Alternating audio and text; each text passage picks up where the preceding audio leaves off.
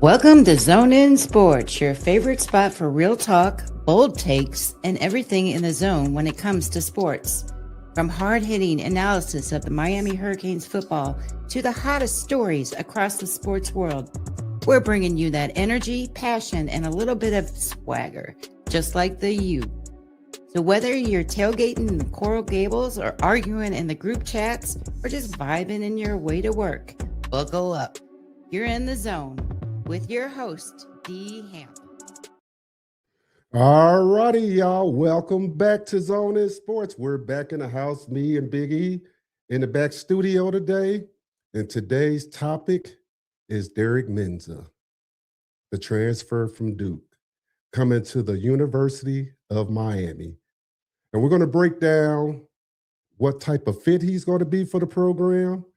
Can he get Miami back to the CFP? And all the stats. We're going to bring Big E on up, and we're going to get this cracking. Go on in. What's up, Big E? What's going on?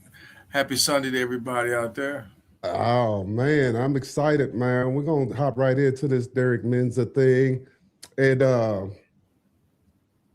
first of all, who is Darian Mensah? That's what a lot of people want to know, because a lot of people out there might not have followed Duke football, might not have followed him coming from Tulane. I'm going to be honest, I didn't follow him coming from Tulane. I followed him a bit coming into Duke. And for a caveat before I turn it over to you, E, if you remember, we did a topic like right before the season started, the top 10 quarterbacks that was in college football. And he was ranked, I can't remember the number, 5 or 6 or something like that. And I was like, man, they really got him ranked that high. So it's a blessing to get him. But who is Darian Mensah to you? Well, I will be honest. I wasn't, outside of watching a few Duke plays, I didn't know much about him. We did talk about him in the preseason last year. He wasn't getting a lot of hype like other quarterbacks were, like Levitt and Sorsby. But after watching, I watched the ACC championship game, and that's why I really got to really see this guy. And he played against a really good Virginia team. Virginia was a good football team, a really good football program. So after watching that game, I was like, who is this guy? Then I went back and saw some highlights. I'm like, this guy, this is before the buzz even talked about Miami. Miami was busy with Ohio State at that time and getting ready to play A&M, and going back and looking, I'm like, I remember watching the ACC title game because I was locked in on that game. I said, if Duke loses this game, Miami won't get in the playoff. Virginia gonna get in. Mm-hmm. That's why I was tapped into that game. I'm like, Duke has to win this game, and it didn't look favorable at first, but I'm like, Duke played pretty well down the stretch because of him. And I'm thinking, man, 75, if this guy would have had some kind of defense, they could have been even more dangerous. Right. So hats off to Manny Diaz. But the dude is nice, man. When I got to looking at stats and whatnot and seeing that he was number 2 in the country behind Mendoza as far as yardage and touchdowns, I was like, yeah, this guy here is legit. Right. I wasn't big up on Miami getting Levitt. I know they hosted Levitt, but Levitt coming off an injury. And I knew the biggest thing with Sam Levitt was he may not be available for the spring because he's healing from that injury. And I'm like, well, we went through that with Beck already. Nothing against Beck, but we want the next quarterback to be able to participate in the spring and jump right into summer workouts with the receivers. Right. So we didn't get Sorsby. That was my top pick, was Sorsby out of Cincinnati. He was my top guy, but once his girlfriend committed to Texas Tech, I said, yeah, they're going to throw that boy a bag. He gone. Right. He gone. And his girl there, I said, that's a 2 for 2. He out. I can't be mad at him. He out. And he was. So just getting him, and I know I read the comments, people talking a lot of mess about Miami bought this and bought that. I'm like everybody else. Like everybody else. They just now Miami got a big bag. It wasn't a problem when Clemson had a big bag, and Alabama had the big bag. Before the NIL, Georgia had a big bag. Ohio State always had a big bag. We know about Texas and A&M. They've all had big bags. But for some reason, when Miami do it, it's a problem. So I'm very optimistic with this young man. And yeah, it's crazy when you think about it, because I was thinking about the talent that he had, and I was going back looking at some of his numbers, and it stood out the progress that he made from Tulane to Duke. The only problem that I had, or if it's a problem, and I think it's going to be okay when he gets to Miami, is that his completion rate percentage. I think it was like around 60-something%. It's got to be in the 70s. But I think that has to do with Duke offensive line, which he took some sacks and some stuff like that messed up his. It mimics what Cam went through. Remember, Cam come from Washington State. He had a lot of fumbles. That was the knock on him. He fumbles a lot. Right. Well, when you're running for your life and you're trying to make plays, you're going to have turnovers. And then you had the same thing with Beck. Oh, Beck threw a lot of interceptions with Georgia. Well, again, with that O-line and you're running for your life and you don't have time to sit in the pocket and make reads, you're going to throw a lot of picks. Right. So, and with Cam scrambling around at Washington, he had a lot of fumbles where he got hit trying to make a play. He dropped the ball. Well, when he got to Miami, he had time in the pocket now. There were plays where he just stood there and looked around and stood there and looked around. He had so much time. So I think this is going to benefit this young man too. I think Miami's O-line is going to be solid, man. They're talking about, with Mario leaving and Bell going in the NFL and Cooper leaving, what we going to do? And I'm like, look, we got plug-and-play guys already coming in. Yeah. And Jackson Cantwell. Remember, Francis started as a freshman and did pretty damn good his freshman year. Correct. This boy is bigger than him. Yeah. When you watch Jackson Cantwell, it's like, my goodness, this dude was in high school at this size. Yeah, he's a big boy. This boy is 7, 6'8", weighed 325 pounds or whatever in high school. Benching over 400. I don't know how many reps he did, and he in high school, and then he come into some practice scrimmages with college kids, and he already pancaking dudes that's older than him. Right. So I'm thinking he got to start at right tackle. Yeah. Or left tackle, one of them. Yeah. I think he got a good start. I think he'll be at the right tackle, and the pancake honcho gonna either be a left guard or left tackle. So I'm not worried about the O-line. I'm not worried about anything on this defense. I'm anxious to get to spring practice and see how this is gonna look, because I think this team is gonna be even more dangerous this year. I really do. And I'm kudos to the national pundits. Sleep on Miami. They got Miami odds to win the Natty or even get there as way down the list. They got Notre Dame as number 1, which is, I don't know how in God's name they got them number 1, but okay. Well, I listened to a whole thing on Notre Dame, but we're not going to get into that today, because people was bashing me for a video I put out there on Notre Dame. If you haven't checked it out, it was about being fair about getting a guaranteed 12th spot. I went through the whole thing. Some people was upset. Yeah, it's just anyway. Yeah, but anyway, yeah, we're not going to get in that. But Mensah's numbers for Duke was he had 333 completions, 500 attempts. His completion rate was 66.8. Yards last year was 3,973, average 7.9 yards per pass, 34 touchdowns, 6 interceptions, which is great. But he took 27 sacks, and that goes back to where we were talking about their line, was not up to par, to protect them. They could get that protection, you get that sack number down. Those numbers will go up. Yeah, the numbers will go up. His passing numbers will go up. His touchdowns will go up. He's, instead of having one weapon at Duke, now he's got 4 to 5. Yeah. And that's in the receiver tight end alone. That's not counting what's coming out the backfield if they go out for a pass. Right. He's he's not going to have to scramble as much as he did with Duke. Right. Now, I got a question because this is what's been floating around with the Darian Mensah thing. And a lot of people think that it was a last-ditch effort to get Darian Mensah. Darian Mensah, I apologize for mispronouncing his name.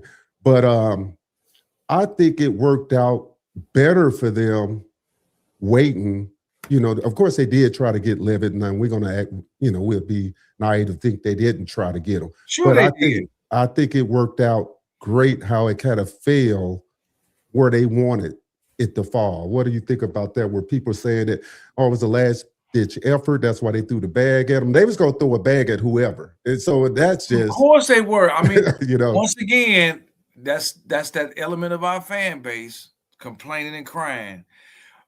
Miami in the midst of going to play for a national championship. So, of course, they preoccupied with that.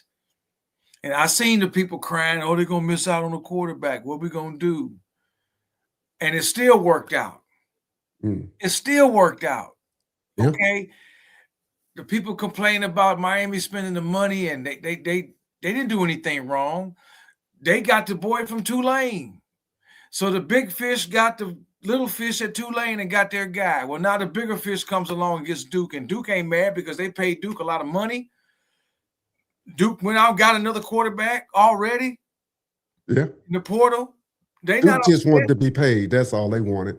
All Duke wanted to do was get their money back. They got their money back and then some. And Mensah got a nice deal, and the wide receiver got a nice deal. And I really believe that this team, at the very least, will make the Final Four in the playoff push. And I'm going to go so far as to say I think this team can get back to the national championship. I really do. Against who, I don't know. It could be Texas. It could be LSU, because looking at the portal, you know, LSU signed 40 guys. Yeah. 40 dudes. Now, reminds me of Florida State a couple years ago. You putting all, you know, they putting all them eggs in that transfer basket, and you got nothing high school really to help you. Yeah. Texas Tech did the same thing too. Texas Tech, LSU, Indiana again, all these schools heavy in the portal. That's what I was talking about. They were heavy in the portal, and Miami wasn't in that top 10 because the majority of them guys at Miami are high school kids that were recruited that have been developed, and then you went and plugged in some portal players to supplement what you have. Whereas LSU, 40 guys. Virginia Tech's on that list. Houston's on that list. So Miami is in good shape. I really think our fan base, the ones that are being the naysayers, need to relax because they're in a good position right now. Well, what do you think of the take of, and I've heard this before too, is that the development, because a lot of guys behind the scenes want to see Nickel come in. They want to know what Darian Coleman. I don't pay no attention to him. I always had the belief it's like when you got a Cadillac or you got a race car, you need to put the best driver in the seat to drive that race car. Now, whoever it's going to be, you know. So, I mean, I know a lot of guys want these guys to be developed, and if they are being developed, they're going to get a chance to play. I mean, you have to have patience with some of our fan base. You really do, because I don't think they understand. They don't understand ball. They must be operating off their feelings. I like Luke Nickel. I like Darian Coleman coming in, but no, you aren't at that caliber to come in and start right now. You are not a Tua. You are not my man that came in at Clemson. Goldilocks? That's right. Yeah, okay. These dudes was the Kobe Bryant and Kevin Garnett's of high school coming. Even Jameis Winston. These dudes were on that level already when they came out of high school. This is pre-NIL. They were already there. They are already Lamborghinis and Bugattis already. So it was nothing to turn the my man for Alabama, Bryce Young, freshman, coming right in and starting, because Alabama, first of all, and I'm not saying Miami don't have the development at quarterback, but I don't think Miami has the development at that level and what Alabama had at that time. Mm-hmm. Bama was able to go out and get a Bryce Young and start him as a freshman against Miami in Atlanta. And that season, he showed you. My man at Clemson showed you why these dudes were elite. I'm not saying Luke Nickel is very good. Darian Coleman is very good, but they're not on that elite status. They were not 5 stars. These dudes were 5 stars, elite, exceptional, very rare. True. They are Kobe Bryant, Kevin Garnett. I'm not going to say that bum name, but they're the kind of dudes that come right out of high school and go to the pros. That was a rare thing. So for people saying they want to see Luke Nickel, you will see him when it's a blowout and they put him in there in the third quarter or maybe even the second half to play. You'll see him. I'm not ready to, like you said, I got a really fine-tuned race car right now. I got a funny car that's loaded, that's going to give me 10,000 horse, that's going to give me 300 mile an hour, and it's ready to go now. I need my best driver right now. Mm-hmm. These guys they're not there yet. They're Right. not there. You mean to tell me as a fan, you want to hand the keys to a Luke Nickel in this situation right now when you know he's not ready yet? Yeah, he wants to play. Sure, he wants to play. He's itching to play. He's not ready. These guys know what they're doing as coaches. That's why they get paid what they get paid. Yeah. Shannon Dawson, I'm tired of people knocking Shannon Dawson. They know what they're doing. They got the right guy. It's an interesting take on Shannon Dawson because I think it might have been Josh. No, it was one of those guys I was listening to, and they were actually defending Shannon Dawson, and he even said, I know that Miami fans get down on Shannon Dawson, and I don't. I'm a staunch I didn't defender either. of I him. mean, of course, there may have been times where we question things. It's human nature. Okay. Right. Nobody, I mean, me, there have been times I'm like, okay, he worked with what he had. I want to take this opportunity right now to say thank you, Carson Beck. Yeah. I want to say thank you, Carson Beck. I'm a big fan of Carson Beck. Despite everything, I want to thank him. If you're listening, man, thank you for coming to Miami. I appreciate you, man. I'm going to get a jersey with your name on it, man. For the simple fact that he caught a lot of hell at Georgia. It wrote him off. He came here, and despite that terrible injury, he did what he could do. Yeah. He wasn't going to give you John Elway, Dan Marino type, Warren Moon type, throw the ball 50, 60, Doug Williams type numbers down the field. He wasn't going to give you that. He couldn't do that. But he gave you what he could give you. And I felt so bad that he caught all this hell for one bad game with Louisville that Miami still could have won. Yeah. So I like Carson Beck. I like the offense that they ran. Dawson ran the offense that fit around him, that was tailored to what he could do.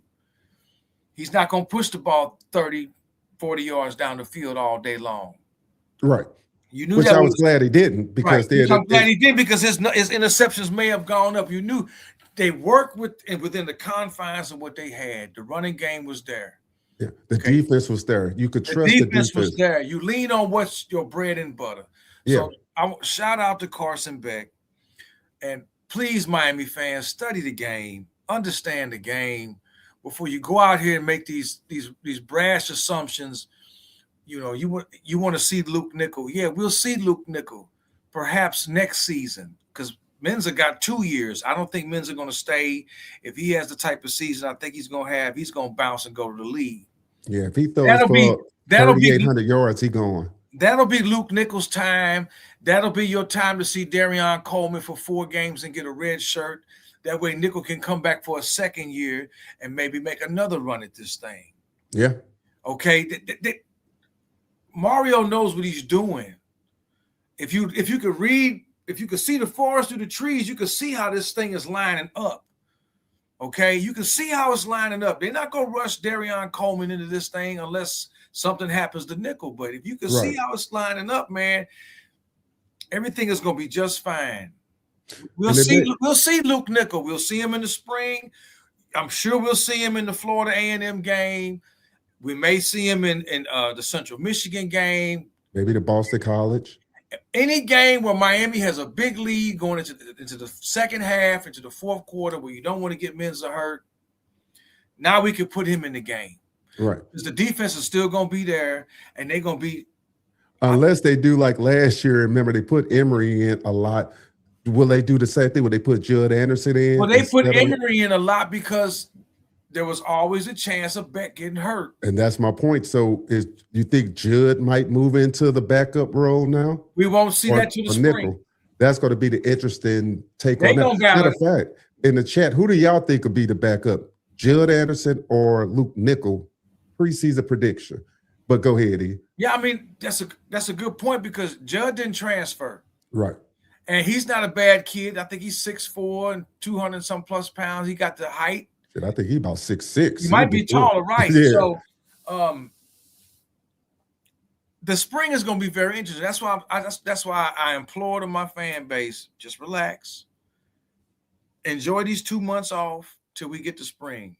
Go find something else to do.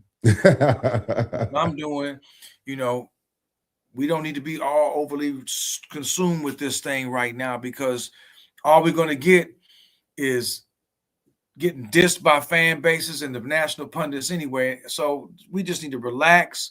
And when the spring gets here, dial in and let these kids battle it out and go from there, man. It could be Judd. It could be Luke. We'll see. Yeah, that's going to be interesting. Now, at least we got it. We should be grateful that we got this going on, this competition going on. Yeah, I agree. I agree. And now kids are seriously looking at Miami now.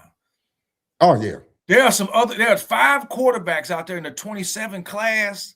I saw it that are really 5-star nice. And one of them is committed to Bama, but Miami's on him hard, and he's still got some interest in it. I mean, Mario, I trust the flip kids, man. Yeah. And all 5 of these quarterbacks are some studs. And we should be so grateful, man, that they even considering Miami. There was a time Miami wasn't even being considered, man. Man, and that's crazy. And that's something we wasn't even being considered. Now, looked at, taken seriously. At Darian Mensah, getting back to him, I was really impressed. I went back and watched about 3 of his games. And what I was impressed with was more of his pocket presence. Mm-hmm. And I remember you and I had a conversation about when Carson Beck, right when he got here. And it reminds me of the same thing that we're going to talk about with Mensah, where I remember you said this specifically. All he has to do is come in and distribute the ball. He got horses around him. It's the same thing with Mensah. All he has to do is come in. He doesn't have to be super flashy. No. He has to come in, be accurate, get the ball to playmakers. That's it. Cam had to do this.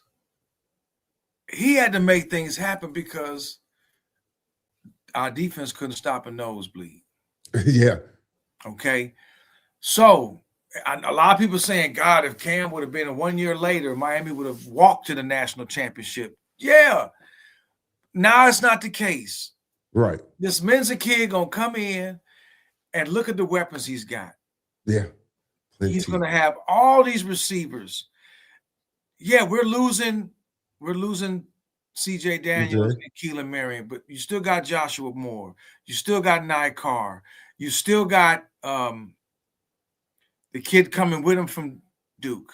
Yeah. And you got Malachi. They got a boy from West Virginia. Lofton.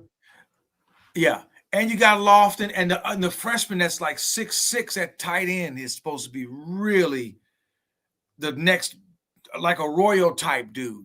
Because Lofton may be playing a little bit more H-back now. Yeah. So he's got weapons and a 4-headed monster in the it should speak volumes that none of the running backs left. Pringle got in the portal and then turned around and came out of the portal. Yeah. Lyle wasn't the same after he got his ankle jacked up in the Notre Dame game. These guys are going to hopefully all be healthy. You got Fletcher. You got Brown. I mean, come on, man. Yeah, it's going to be freaking nasty what they have on offense, and all this guy has to do is distribute the ball. He don't have to be Superman. What it says today, this style of offense will be easier with our QB room to group with all the receivers, or with all their given attributes. Okay, Dawson naturally runs the offense that had with Cam Ward, and we're probably the best tackle backfield in the country. There's no doubt. Yeah, Miami has the best running back room in the country. No doubt. They've definitely got the best defensive line in the country. We'll see what we can do at linebacker. I'm not mad because Aguirre transferred. I know some people were like, they didn't see it coming, but I'm not mad at Popo for what he did. That's we can talk about this some other time. I see his reasoning as for why he did that. He might be a very good fit for Missouri. But somebody say, hey, just give us the ACC championship. well, I mean, listen, looking at our schedule, and if they play the way they're supposed to play, the only game that's going to be a battle would be November 7th. And I really hope they go up to South Bend with bad intentions. I think they will. I think they're going to go up there with bad intentions. This team needs to run the table. And I think Mario already knows this. The entire staff knows this. They cannot leave room for error. They cannot lose the teams that they're not supposed to lose to this year. We can't have any more Louisvilles and SMUs. Yeah. Can't slip up against Florida State or against Virginia Tech at home or Boston College. I don't think they're going to take anybody lightly. I think they're going to go out and just dominate in a way that they haven't dominated in a couple years. Because with Cam, you dominated with the offense. This past great season that we had, you dominated with the defense. Right. This is the season where you're going to have both. Now, this is a question I've been thinking about, E, before we finish. We talked about Cam coming over. We talked about Beck coming over. The one thing I've really got to really see with Mensah is he hasn't been put in a situation right now where the weight of the expectations that's going to be on him. So it's going to be interesting to see how he responds. Because when Beck came over, with you and I both preached, Beck played in big-time games. He was able to handle – no situation was too big for Beck. It was times in the year he looked rattled, but you already knew that some of the situations.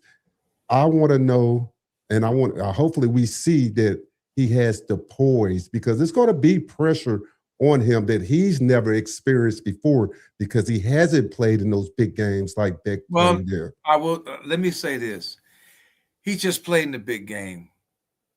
It was an ACC championship game.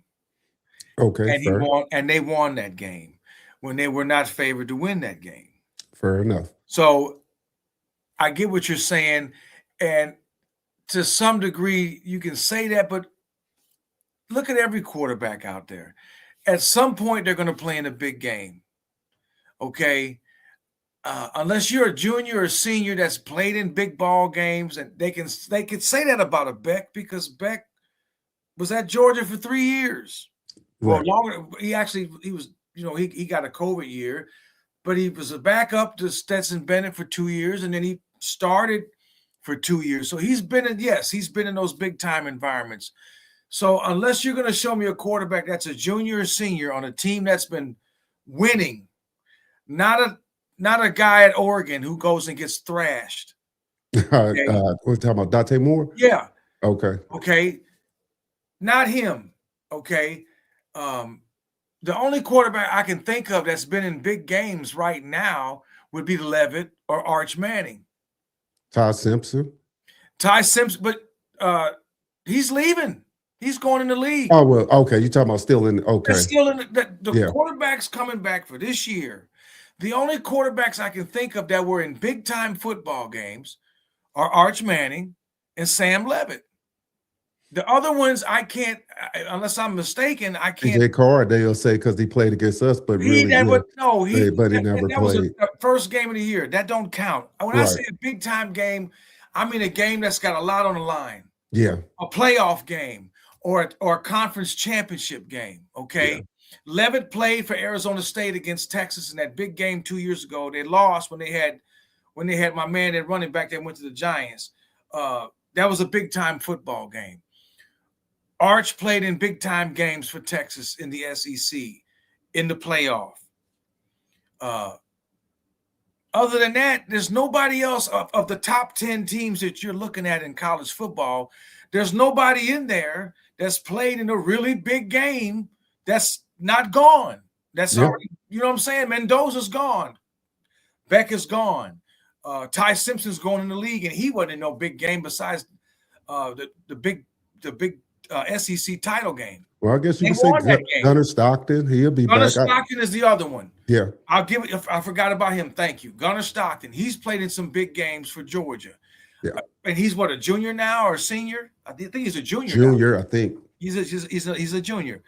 Other than that, if you look at all the other quarterbacks that have transferred and come in, like the guy going Hoover that's going to Indiana, he came from TCU. TCU hasn't been in any big games. Yeah. True. Nobody on the list has been in really, really big games besides Stockton, Levitt. Sorsby's been in a well, did Cincinnati make the Big 12 champ? No, they didn't. No. They didn't. And Arch Manning. So at least Mensah's played in the ACC title game and won it. Yeah. So who's the QB for Ohio State? Somebody said Ohio State QB. Well, he's a freshman. Oh, that's what's his name? Saying. Yeah, okay. Justin Saying. He's a freshman. Yeah. He played in a big game. You're right. 2 big games, and both of them are L's. He played the big game against Indiana for the Big Ten championship and caught an L. And you see what Miami did to him in the big game in the Cotton Bowl. He caught an L. Now, he's played in 2 big games, but he caught 2 L's. So all this about playing in the big game, and that's just extra talking points that the Cable Sports Network put out there and a lot of other bloggers put out there. If you are coached well and you are prepared, I don't care if it's you're a freshman or if you're a senior, you play the way you play and been playing. It's all about coaching now and consistency. Like I said, Bryce Young coming as a freshman. Was there a knock on him with Alabama? Hell no. What did Alabama do? Right. He sleeves off everybody with a freshman. What's his name for Clemson? They sent Kelly Bryant packing. He transferred to Missouri. I always forget his name. Play for Jacksonville. His name too. Damn it, with Jacksonville. Shit, I always forget it. Trevor Lawrence. He coming as a freshman. They didn't talk that big game stuff with him. What'd he do? Go to the ACC title game, win it. Go to the national championship. What'd he do? Win it as a freshman. Miss me with this. Oh, it's a big game. Has he been in a big game? That's all talking points by people. That won't mean shit. Yeah. It's all about coaching, the quarterback coach, the offensive coordinator, the head coach, getting your people prepared. I agree. Preparation is everything. Let me read some of these comments here. I had to pull it on the big screen because I couldn't read it on the little. Say this is it. Champions coming back to the U. Indiana was blessed with some studs and older guys. They could have easily lost that game. True. We just need to clean up certain areas. They weren't blessed with older guys. They were blessed with the fact that Miami made a few mistakes and they got a block punt. Because the older guys didn't really. The older guys didn't. Malachi made them older guys look silly in the second half, didn't he? Yeah, people was a one possession. Yeah. An 18-year-old made him look silly. He said neither has Arch. He did not make the playoffs. Plus the SEC was average. That's true. That is true because when Texas did beat Clemson in the playoffs 2 years ago, I don't even think Arch was a quarterback. He wasn't. Oh boy, that's what the Dolphins now was the starting quarterback for Texas. Yeah. Quentin Ewers. Yeah. He was the quarterback. So I take that back. I stand corrected. So my man is right. They not saying that about Archie Manning. Yeah. See what I'm saying? That's what I'm saying. You got all these different talking points. If it's Miami, it's always a different talking point. Yeah, and Arch looked good coming down the second half of the season. A lot of people didn't want to give him his flowers. I ain't taking nothing away from him. He looked really good in the second half. And Texas did I pulled it up, man. The top 10 teams in the portal was Indiana, LSU, Texas Tech, A&M, Louisville was 5, Virginia Tech is 6, Houston is 7, Arkansas was 8, Texas is 9, and Notre Dame is 10. Indiana brought in 17 people. LSU brought in 40 people. That's a Texas lot. Tech brought in 21 people. Louisville brought in 31 people. Virginia Tech brought in 25. Arkansas brought in 41. Texas brought in 18. That's a lot of transfers. So these coaching staffs at these schools are doing exactly what Mike Norvell did. We're going to put all our eggs in the portal basket and hope for the best. Yeah. I'm glad Miami didn't make this list because guess what? We got some really good pieces, but we're supplementing what they have developed on the high school level. Yeah. Bryce Fitzgerald, safety. He going to be out there with poison now. Yeah. Okay? Sophomore now. You got Torrey coming back. You got both our corners coming back. We can argue. I think we got the best cornerbacks in the ACC and probably top 5 in the country with Lucas and OJ Frederick coming back at corner. Yeah. But let's not sleep on this. Right. We got the end from Missouri. Everybody on that defensive line is a 5-star and coming off the bench. They've been developed. They look like Alabama did in 2020. People, just bear with me and have some patience. All this kid got to do is come in at quarterback and play the way he did at Duke. Yeah. With the weapons that he got, it shouldn't be. He didn't have these weapons at Duke. He didn't have this line at Duke. All he has to do is come. If he come in and put up 2/3 the numbers he did at Duke. And the funny part, a lot of people get down on Dawson, but he actually makes it easier on the quarterback because with that running game that he has that you can lean on, you don't have to come in and throw 50-yard bombs. If it's open, yeah. But that's if you know you're going to have to shut down that run first. Dawson is an air raid coach that come out of the air raid system under Dana Holgerson, who come up under Mike Leach with Texas Tech. You get the right people and the right weapons. Now Dawson can open it up. Yeah. Okay. You got the right weapons. You got the right receivers now. You got guys coming off the bench that are 4-star receivers that have already proven that, hey, it ain't just Josh Moore. It ain't just Nye Carr. There's another couple other receivers that came in and contributed that got catches. Right. They got seasoned last year. Now they're coming back for the spring. Our fan base needs to just look forward to the spring. This kid's going to have multiple weapons to have. And then on top of that, people forget, his QB coach or OC, Jonathan Brewer, he was with Miami as I forgot his title. I think he was an analyst or a consultant. Yeah, he was like an analyst for them, where he broke down game film and stuff like that. So he worked out with Cam Ward too. There's video of him working out with Cam. Yeah, so this guy got him ready. And then he was at SMU before that, Jonathan Brewer was. So, some of these guys, they still in the pipeline. I think he kind of understands the system more. The terminology is not going to be hard for him to pick up. I like to say he likes to get rid of the ball. He's not one of those guys that hold on to it. And like you say, he likes to push it down the field. Yeah. Like I said, again, I'm going to shout out Carson Beck and thank you for a wonderful season because we had an exciting time watching this team. And Carson couldn't do that. Yeah. The injury was probably still somewhat lingering there with that arm.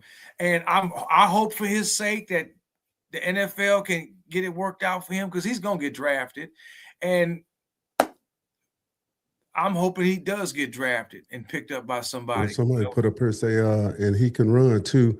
Now, the crazy part about his running, if you look at his stats, it took away from his rushing yards because the line was so bad and he got sacked a lot. But yeah, we really don't need a running quarterback. We just need a mobile quarterback. Somebody that could just. He's going to have to run a little bit, just like with the O-line we got, even Beck did. But look what Beck did. Beck got smart. Beck had great runs against Virginia Tech, Pitt. Then in the playoff, he did it against A&M. He did it against Ohio State. Yeah. It was a big first down he got, man. Love you, Carson Beck. He went out there. He did it against Ole Miss. Come on. Yeah. It was. We don't have to rehash the Indiana game. We all know they started slow, and once they made the adjustments at the half, the second half was a different ball game. Right. Okay. So we don't have to go kicking that ball down that road. It is what it is. Right. Carson did what he could do, and he improvised when he could, and he ran the ball. He tucked it and took off with it, whether he got 3 yards or 9 yards. Yeah. Okay. This guy going to do the same thing. I'm not going to say our O-line coming in is going to be better than last year. We don't know. It may be better. It may be just as good. Right. But even if they are on the same level or even better, there's still going to be times where a team is going to blitz or disguise things. I give Indiana a lot of credit. I saw the film breakdown. The defense they did in the first half, they kind of confused the Miami O-line. But I want to thank Indiana for that because it gave Maribal and Cristobal something to look at for this upcoming season. If other teams try to mimic that same setup that Indiana did. If you go back and break down the film with Indiana, what they did to limit the passing game in the first half was pretty damn unique what they did with that defensive line and their whole defense as a whole, how they schemed and disguised. And it was pretty damn good. Indiana's a well-coached team. Right. So, but that's a good thing for Miami because that gave our people something to look at in the offseason. And that's another wrinkle that the offensive line can practice for is if a team tries to mimic what Indiana did with the schemes they ran with their D-line and linebackers and walking up safeties. Right. And fading ends out. It just, what they did was really slick. It hurt that Lofton wasn't in the game. That hurt too. But anyway. Well, hopefully they don't. Because, well, even if they do try to mimic it, you got to remember Miami figured it out in the second half.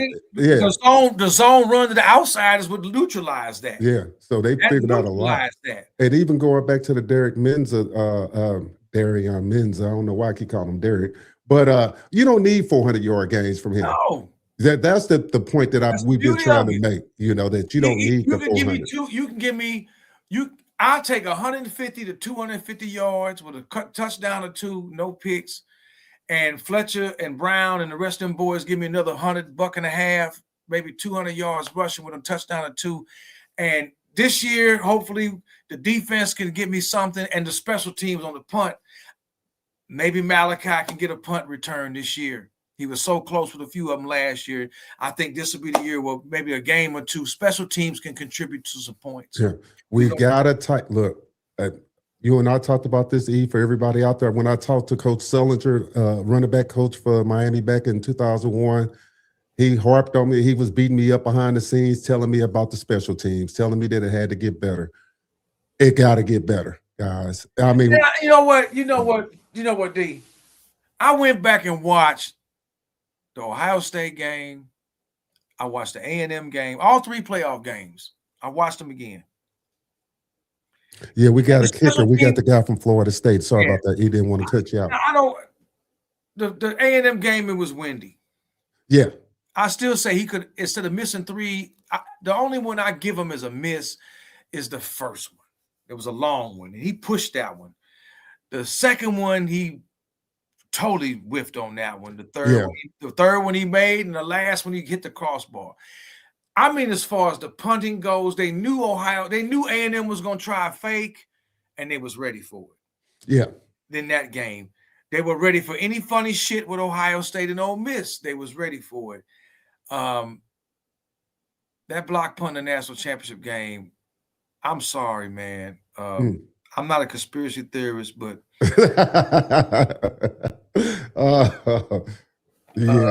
come on, man. Yeah. I don't understand. Only four guys. I'm not even gonna go there, man. That's why old boy didn't get a waiver to play again. So I think I have to do with it. Yes. I'm just anyway. That I'm not gonna put the whole season special teams on that because Malachi tripped on his own leg in the A&M game. That punt return was beautiful. Yeah, right. From what I'm seeing, when they got pinned with the punt that led to the block punt, it was supposed to be a trick play. Indiana punter did a great job of punting it deep in that corner. Some people saying that he should have let it go. Yeah.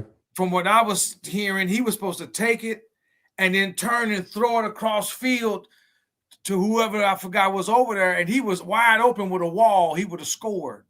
Yeah. But it didn't happen that way because he punted it so deep, and their coverage team got down there so fast that Malachi didn't have time to set up to throw it to make that lateral pass to the other returner, because that's what I'm hearing. That's what they were saying. It was set up to be a trick play. Right.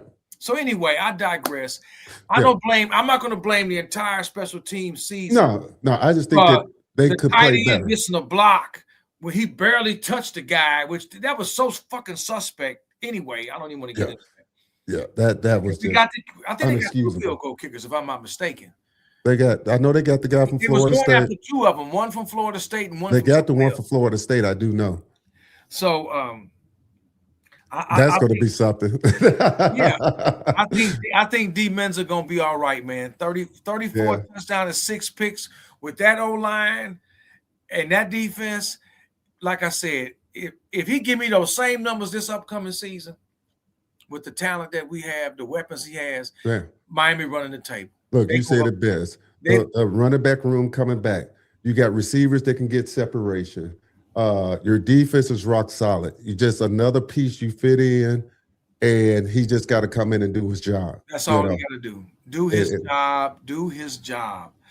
We got some good linebackers that were brought in 2 years ago and last year in those recruiting classes. People say they want to see guys being developed. They've been developed. They're up and coming. You're not going to fill every position with portal guys. You're going to fill the positions of need. The defensive end spot, that was perfect getting old boy from Mizzou. Yes. Absolutely perfect. That was probably one of the best signees in the whole thing to me is him. But outside of quarterback, they got – who else did they get? They got another defensive lineman. They got a receiver. 2 receivers, if I'm not mistaken.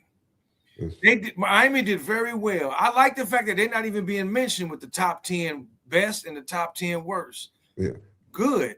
That says a lot about the coaching staff and their development of these kids. And the kicker that they got was Jake Weinberg from Florida State. Okay. And then they got Cam Vaughn, wide receiver from West Virginia. Yeah, him. Yep. They got South Jack Carolina Olsen. receiver. Yeah, Jack Olsen, another kicker that somebody said from Northwestern. Kickers. And there's a receiver from South Carolina they got. Yeah. Okay. So they got Omar Thornton from Boston College, the safety. He's a beast. Yeah, he is a beast. He a beast. And then of course, they got they got Cooper from Duke. They got Jonathan Klein from Georgia. O-line, interior O-line. And then from Georgia, they got Jamal Merriweather. That's what you're talking about from Georgia, another O-tackle. They got the Northwestern kid, Davis, from Nebraska, which is a D-line. He a D-lineman. Yeah. They got some nice pieces, man. And South Carolina was Darius Jacobs. Yep. So, they got, They got some pieces. They got some guys coming in, and that's not even, considering they got another D-line from Ohio State earlier in the That's right. quarter. Yep, yes, quarter. So I'm not worried. Somebody said made a post or a comment about Miami D-line is going to lack, and I'm like, you don't even know what you're talking about, man. Stop talking when you don't have a clue. Somebody beat me to it, and they posted all the guys on Miami defensive line. It's like they're going to have the best defensive line in the country. It ain't even no question about it. The best D-line in the country. You got Blunt, you got Moulton, you got Scott, you got my man that come from Missouri, and then you got my man from Nebraska and my man from Ohio State too. Yeah. You got 8-9 guys in the rotation. Yeah. You got 5-stars coming off the bench in the rotation that have played. They played. It's not like they've never played. These guys have played. They were out there. Boy, Moten is a monster. Blunt is a monster. Yeah. Oh my God. You're gonna have Lowe and you're gonna have Lightfoot. Oh my goodness. God, they're gonna put another 15 pounds on Lightfoot. Yeah. Wayne. Hey. If you thought somebody posted the other day, imagine if you would have had another year with Greg Rousseau and Jalen Phillips together. They would have been better than Mesidor and Bain. Remember, Rousseau went to the league and went to Buffalo. Right, yeah. Jalen stayed one more year and then he got drafted to the Dolphins. That's true. I'm like, you're right. If Rousseau would have stayed one more year with Jalen Phillips, that would have been the nastiest defensive end tandem we probably would have ever seen. You said the only potential weakness for 2026 Miami will be the O-line and linebackers. I wouldn't say that's okay. That's putting it fair. Potential. I don't think it's going to be a weakness. I think it's going to be a moment of maybe. I don't even want to say a moment of pause. I think the O-line going to be all right. They know who they got their center. Yeah. They got their center. A lot of these guys played. They've played. Before. Played. Yeah. Linebacker, we don't know because, like, say you got young guys. I think you got the Keelan Wiley Jr. I think the young kid. I think he might step up and see if he can get in the rotation. You got some other guys that's been back there. So I think that linebacker, like say, they're going to be okay, barring a lot of injury because a lot of those guys haven't had significant reps like Wiley and those guys in meaningful games, So, but being in that system and seeing the way that some of those guys play, I think they're going to be okay if they get in game time situation. So you just got to, like everybody else, you got to hope that you don't get a lot of the injury bug throughout the season. I'll tell you what.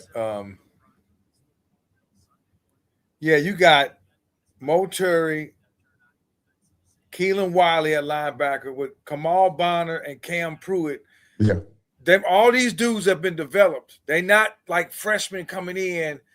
They've gotten playing time as freshmen this past year. Mm-hmm. I'm not worried about Miami at linebacker. I'm really not. The portal's closed. I think they're good. I think they're good at linebacker. My man from Boston, I think one of the guys they got is coming in is going to be taking Scott's place at that nickel / that third, what would have been a third linebacker spot, but it's what they call that not the striker. Yeah, that striker type position, that nickel type position. He gonna take Keontae Scott's place. I'm not worried about this defense. I'm not worried about the offensive line. I'm not. I won't worry till the spring coming. There's a reason to worry. Right. Before I read this next comment, hey, you guys do me a favor, hit that like button. If you haven't subscribed to the channel, subscribe to the channel. Let's see what Miami 21 is talking about. What's up, 805? I see you in the building. Or is it 850 K's? I see you in there. Mario's stubbornness is the reason he will not win a championship.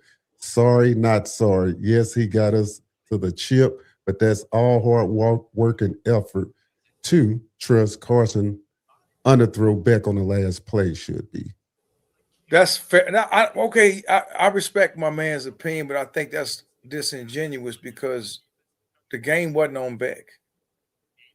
The mistake Mario made was in the second half, in the first half, toward the end on 4th and 2. I would have went for it versus trying to kick a 50-yard field goal with your kicker. He had, if anything, you can blame Mario for having more confidence in his kicker versus having confidence in your O-line and your playmakers to get you 2 yards, to even get you closer to get a 3 points, but at least try to go for the 7. It could have been 10-3 or 10-7 at the half.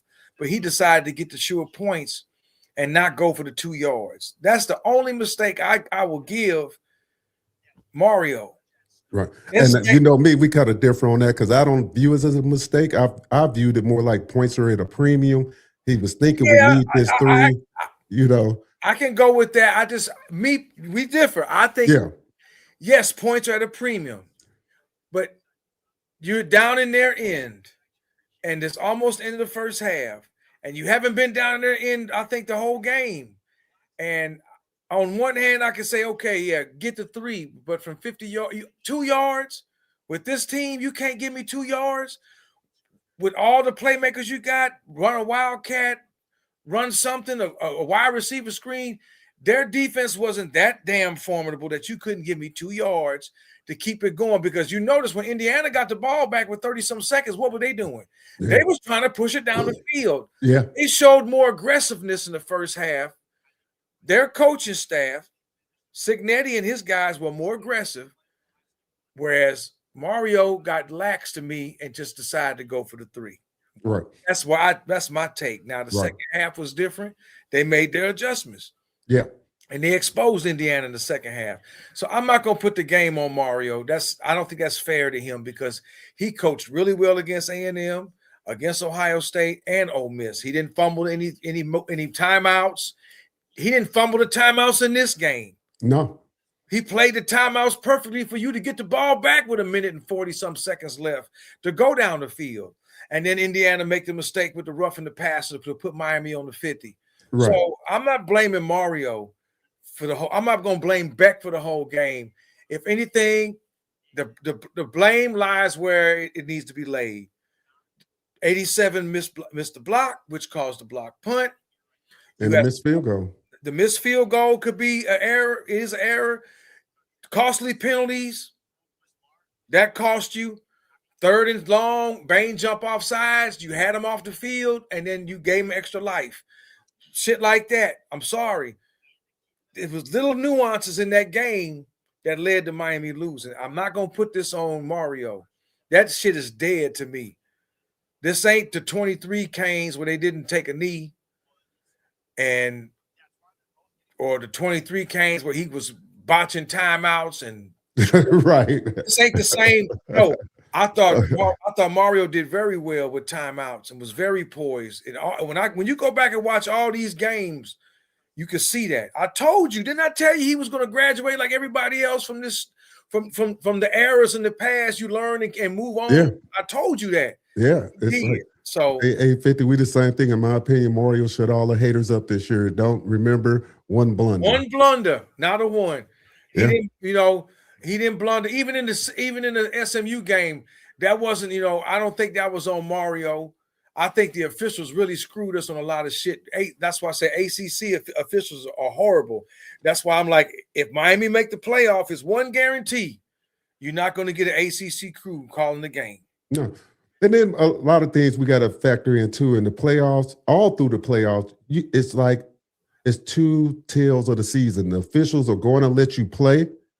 They're not going to bail you out of a lot of calls in the playoffs. Right. And you got to, Mario, I think he preached that to those guys that you got to play through the holding calls. You got to play through calls that you think you're not going to get. Right. Don't rely on that. Yeah, don't rely on these officials. You get it. I loved it, man. They let these kids play. In all 4 games, pretty much, Indiana fans were doing more crying about shit. Miami got away with some stuff, and they got away with some stuff. Yeah. The officials let them play. People want to see these teams play. Sure, you're going to call obvious stuff, but some things, like you said, play through it. They're going to hold you. They're going to try to hold. They was holding Bain. They was holding Mesidor, but you know what? You're not going to get every call. Play through it. Yeah. Play through it. We got away with a lot of shit in the secondary. Right, yeah. A lot of shit. Yeah. O'Connor, I think he's going to be better too. I think he learned a lot, man. He made mistakes. He got burned, but you know what? He showed potential. Hey, what you say about Frederic last year? You right. I was just going to say that. Look at Frederic got picked on and burnt in that Syracuse game. Remember? Yeah. I said he's going to learn from that. Now he said this not this season. We talking about the season before. The Cam Ward season. Yeah, that we try to put it in context for the people out there. They started picking on him. And with that scheme that Lance Guidry ran, it left him on the island. And he was a freshman. They kept picking on him. And my man for Syracuse Kyle McCord was just all day. And they did the same thing to O'Connor. We're going to pick on him. We're going to pick on him. My only bitch was, I'm like, okay, where's OJ I guess OJ and Lucas were covering their best receivers, but they were saying how this dude, number 80, was this go-to guy, and that's what Indiana did. Right. It is what it is, man.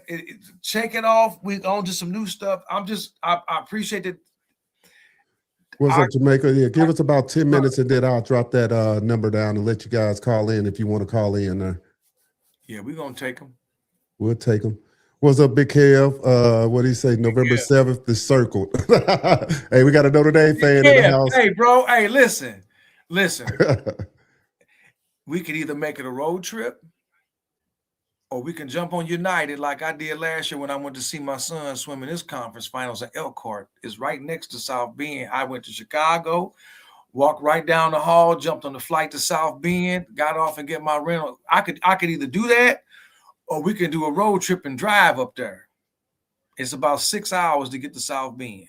So if you want to, I'm really seriously thinking about doing it, D. I mean, we talk about that down the road. We'll talk about it down the road.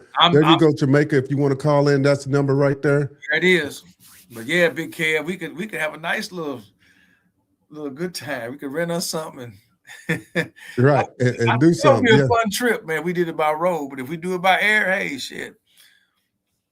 Yeah, hey, you know it is what it is. I mean, by road. I mean, by the time if you fly up there and buy a ticket, you might as well stay the night.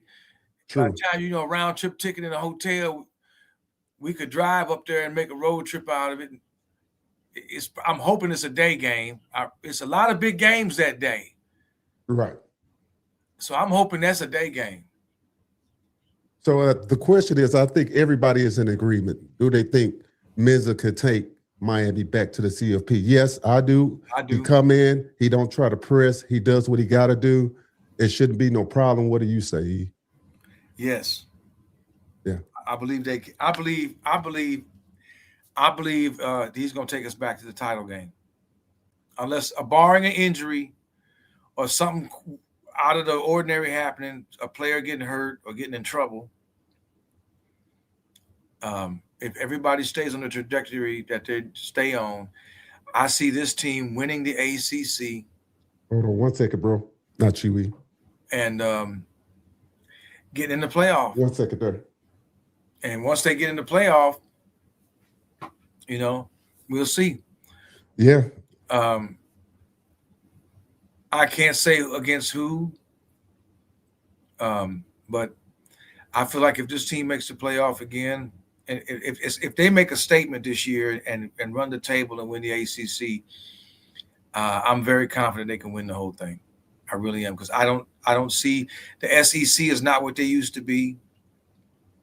I think the Big Ten will be the conference that, again, somebody may emerge out of the Big Ten. Who it may be this time, I'm not sure. I don't think it'll be Indiana. I don't even think it'll be Ohio State. I saw Ohio State's schedule. They have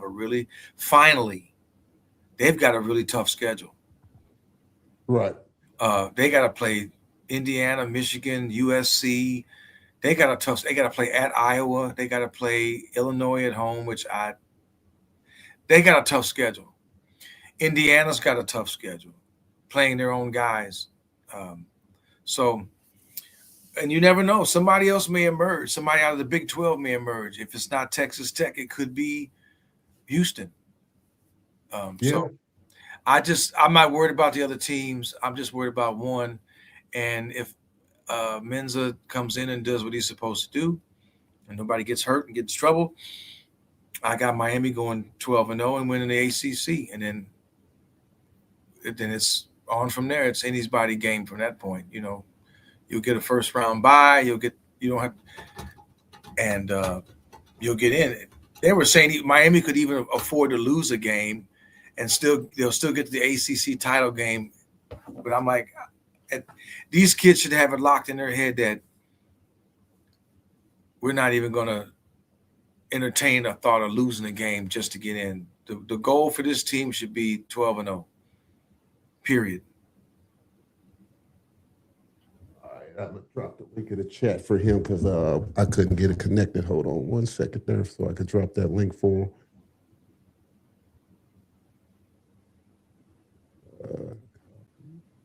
Or you was trying to connect your phone with the. Yeah, but I didn't do it before the show, so it gets a little funky when you try to do it there. In progress. Yeah. I got you. There you go. Hey, there you go, Jamaica. Go on and hit that link and I'll bring you on up there. All right, there. Yeah, go ahead, E. But yeah, so yeah, when I look at that run, I was sitting 12 back. and 0 should be the goal this year. Yeah. It should be the goal. They need to have the same attitude that the 87 team had or the 89 team had. The 87 team, after losing that game to Penn State, they came back 12 and 0. They said that at their spring practice, they had a big thing spray painted 12 and 0. That was their goal. This team is in the same position. You just come off a national championship loss. A lot of your guys are coming back, and they should have the same mindset, 12 and 0. All right, we got them in the studio here. Let me take this banner down since this is not working yet, and we're gonna bring them on up.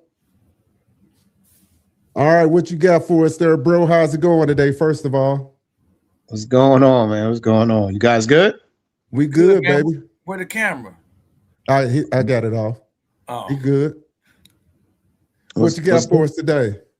Hey, man, just shit. I'm sure you guys feel the same way I feel. See certain things after the game, you don't want to see it. I don't want to look at another punt. All kind of things go through your head. You know, you hear the comments, you see what's going on now. We're getting a new quarterback, and just dealing with different things. It makes we was right there, and I want it so bad because it eliminates a lot of the nonsense and bullshit stuff that's going on now, the talk and how everybody kind of like want to talk. But you know, we have a chance to get back there, and I want it to be this following year coming up, but we're relevant now, and that ain't gonna change. That ain't going nowhere. We ain't turning back. So I got a couple questions for y'all. Obviously, I'm late to the show, and you guys, I look up and I see you guys all the time, and I miss your show and I catch your show sometimes, but it's fascinating, man. You guys are in Missouri, man. You guys in that area, right? You guys are in that St. Louis, Missouri area. Uh-huh. And the fact that, and I want to ask you guys about the schedule in a minute too, but I want to bring this up first.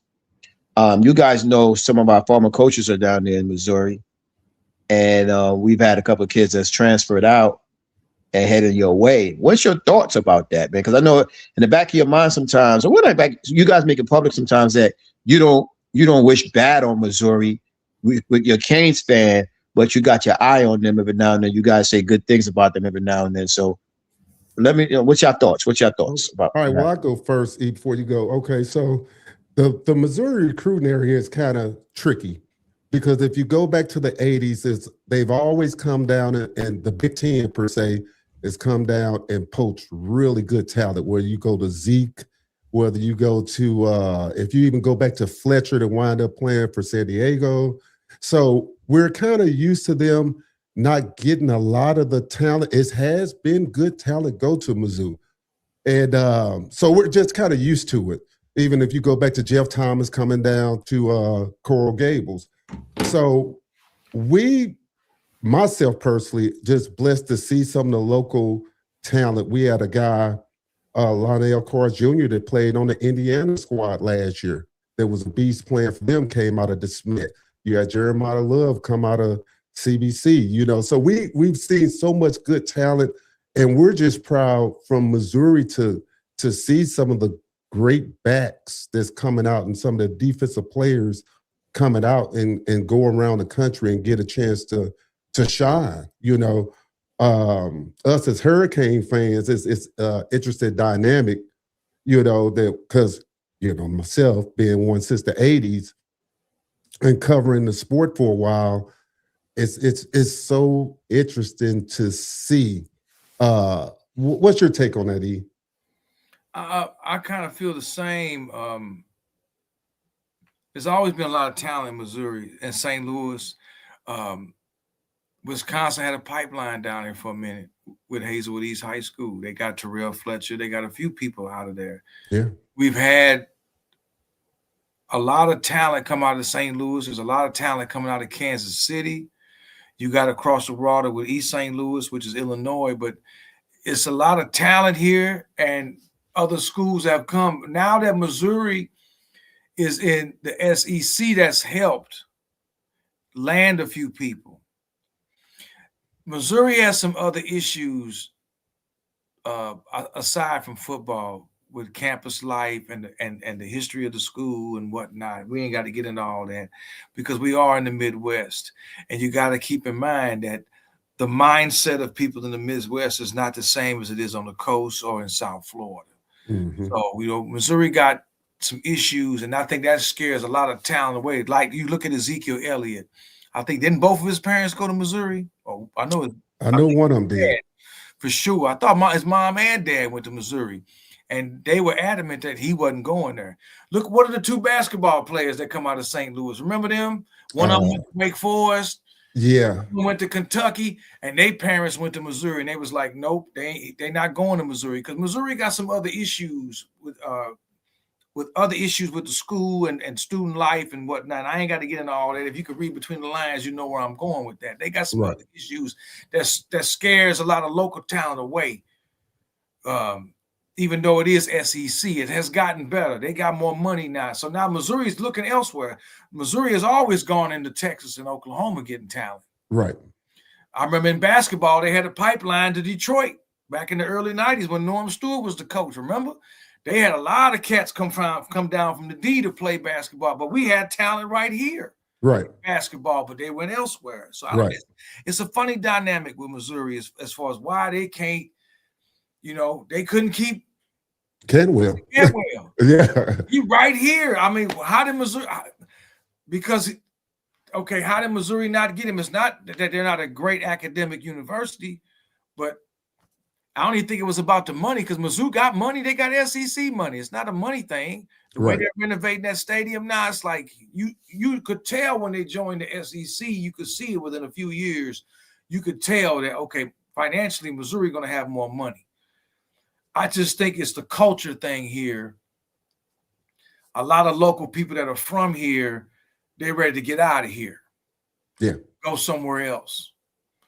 Whereas when you add a Miami, that's you more in the minority if you were trying to leave Miami versus staying home and putting on for your city. Right. A lot of kids out of Kansas City and out of St. Louis that are 4- and 5-star athletes, they'll end up at Ohio State or Wisconsin, or they may sign with Illinois or Kansas or Arkansas, bordering states. Why didn't they go to Missouri? I just think it's a culture thing and it's a Missouri thing. And now, we did flip that with oh boy, that played for the Bears, Luther Burden, and then you had the other guy that came in before him that transferred and went to Georgia.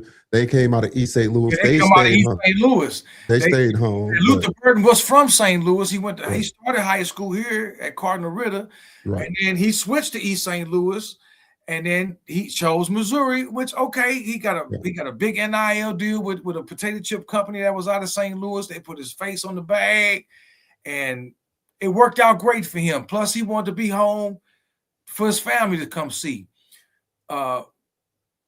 St. Louis had one of the best running backs in the country of all time in high school with Tony Van Zandt. He was parade All-American in 1987 at the same time with Emmitt Smith. He could have went to any school in the country. He said he went to Missouri so his parents could see him play. Yeah. So some kids are going to stay home, and then some kids are going to leave. I think it's the opposite of Miami, where the majority of kids in Miami may want to stay at Miami or stay in the state of Florida, whereas in Missouri, the majority of kids that are from St. Louis, Kansas City will leave versus staying. You may get a lucky gem like a Luther Burden to stay, but your Jeremiah Loves, he left. Your Ezekiel Elliott's, he left, and the last 5 years, big time players out of St. Louis and some out of Kansas City, they left the state and went to play college ball somewhere else. So I really think it's a Missouri thing, it's a culture thing, it's a campus thing. Let me say this. You guys have you guys probably already know about it. I'm not sure if you guys are both Canes football fan and basketball fans alike, but if you guys are a basketball fan of Missouri, there's a big time kid from California that's coming down there, a scoring machine. He's He scores that with a clip, bro. He scores the ball with a clip. He gets in the 40s and the 50s regularly. He'll be a one and done type of kid. But what do you guys think about he's coming to Missouri. Yeah, it's from California. Yeah. And actually, before you ask the next question, actually, I've been following SLU because SLU is 21-1. SLU is really good, and they rolling this year. So that's what I've been following because they're more local. But go ahead with your next question. Yeah, he's a treat. He'll be a McDonald's All-American kid too. So you guys go watch out for that. And he scores it. I do the basketball side of things. But listen. So tell me a little bit about the kid Wilson, the DN, right? What y'all think about him, and then we'll talk about the schedule. And I get off of that, man, because I haven't spoken to you guys in a long time, and you guys could probably tell me a little bit about what you thought about the daggone game, man, because I'm still looking for 87. And I don't mean that, by the way. Go ahead and talk about old boy from Mizzou, E. Real goddamn job, man. Go ahead. I'll tell you what. I see you shaking your head, brother. Come on, man. Listen, I watched the highlights of that game twice. I can't watch that. No, listen. I'm gonna tell you what. This is me. I can watch that game because Miami did some good things in that game. Me personally, I still can't watch the Fiesta Bowl from 03. I cannot stomach watching that game to this day. That's another subject. I still can't sit down and watch the end of that game and watch them blow out McGahee like that. And the way that game ended, to me, is still make me feel a certain way. Now, having said that, this guy from Missouri, they getting, what do you have, 9 sacks or 11 sacks from Missouri? I think it was 9. I'm not sure. And I said, this kid has a motor, and with him on the end, with Lightfoot and Lowe, and don't sleep on Hayden Lowe, because Hayden Lowe, my God, that boy, I think he's 6'5", something too. Miami gonna be nice on that defensive line. They're not going to drop off from Bain and Mesidor. If anything, they might even get better. They may be better. You got Lightfoot on one end and this kid from Missouri on the other end, and you're bringing in Lowe and you're bringing in Blunt, and you got Justin Scott and Moten on the D-line. Oh, my goodness. I really think that they're going to really raise hell, man. Yeah, I said it. I think it's good. Moten, if you look at the championship game, they couldn't block him. He was getting in the backfield on them, man. Yeah, he had a great playoff. I mean, he had a decent season, but he had an excellent playoff. Great playoff. I watched him against Indiana. He made some plays. I said, his ability and Justin Scott's ability. You got 2 D tackles like that. But somebody gonna get in there. No offensive line can block all these dudes like this. We got to keep this in mind too. What they're gonna do, it's gonna be a group effort. But one of the key things that we need to pay attention to is this guy coming in, Wilson. The guys that we retained, and we knew it was going to be grow. We gotta make sure we do a solid job on the run, because that was a big part that a lot of people didn't pay attention to with Bain and Mesidor. Hey, nobody just really ran on us like that on them edges. So that's like that's real big, man. Indiana got some runs off, but I expected that because you got best on best now.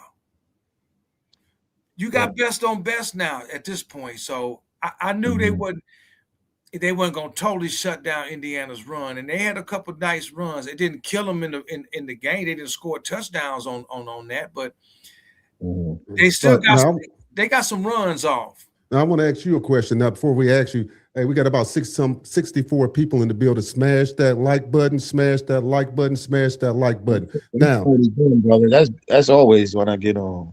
What do you think of the Darian Mensah? Your honest assessment. Oh yeah, now this. Glad you brought this up, because I was going to talk to E about this, and I see you're busy. But I was going to say, hey, listen. It was a play, right? Let's go back to Beck, where he made that pass, that pass to Moore, and Moore couldn't keep his balance because it was kind of like off balance a little bit. He's off balance. I think his knee or his elbow touched, and they blew the whistle right there. And certain things in the game during the playoffs where Malley became wide open and Beck kind of overthrew him. It was like a 6-yard pass. He had to turn around and find a pass. I think we're going to see less and less of that at Mensah now. Is he going to be perfect? Heck no, he's not going to be perfect. There's no perfect quarterback. But I think on certain times, certain part of the game that we're going to need that pass that keep us out of the 3rd and 2, he'll make that pass. He'll make those delivery passes that we'll need, right? And I heard that he has some fumbling issues too. Where we heard that before, right? So now you come to the guy who's fixed that in the past. We heard that 2 years ago. Yeah. And now he's going to surround himself with someone that's going to concentrate on that, pay attention to that, and you know where you're at now. You're in Miami. Everything is going to be scrutinized. So you have things that you're going to really, really pay attention to. I kind of like what he did by putting out the information. He did an interview, but not really interview. Those articles that came out about him on 3, and he got that out the way, right? Because that's coming. I don't think he's going to take a bunch of those. I don't think he's going to do a bunch of those. I think he wanted to get one out the way. He already know who he's playing for. Coach don't play that, all that going on and speaking about certain things that keep it in house and let's roll, let's work. And so for me, he's going to naturally get stronger, right? He's been working with the wards, right? He worked out with Ward. He's giving him some keys. He's probably continued talking to him. I don't, not to be disrespectful to Dawson. I don't look at him as a complete quarterback developer at all. I look at him, he maintains. If you have the goods, he know how to make you do certain things and put certain things, out so that we could be successful. I don't look at him as a great developer. And I really think that we need to go actually address that.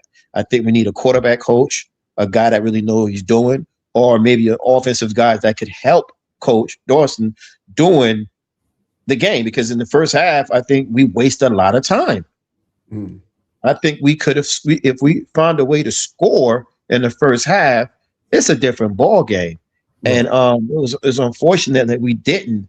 And so with this quarterback, I think some of that was limited. He didn't want to make certain plays. We wanted to start off with the run. It wasn't working right away because, we were going up the middle and it just wasn't working. But I also know he didn't want to put his quarterback, Beck, in a certain situation. I think that would change with Mensah. I think that would change how he calls the game. I'm going to say this. I'm going to say it might change. It all depends on, because the games are so multifaceted.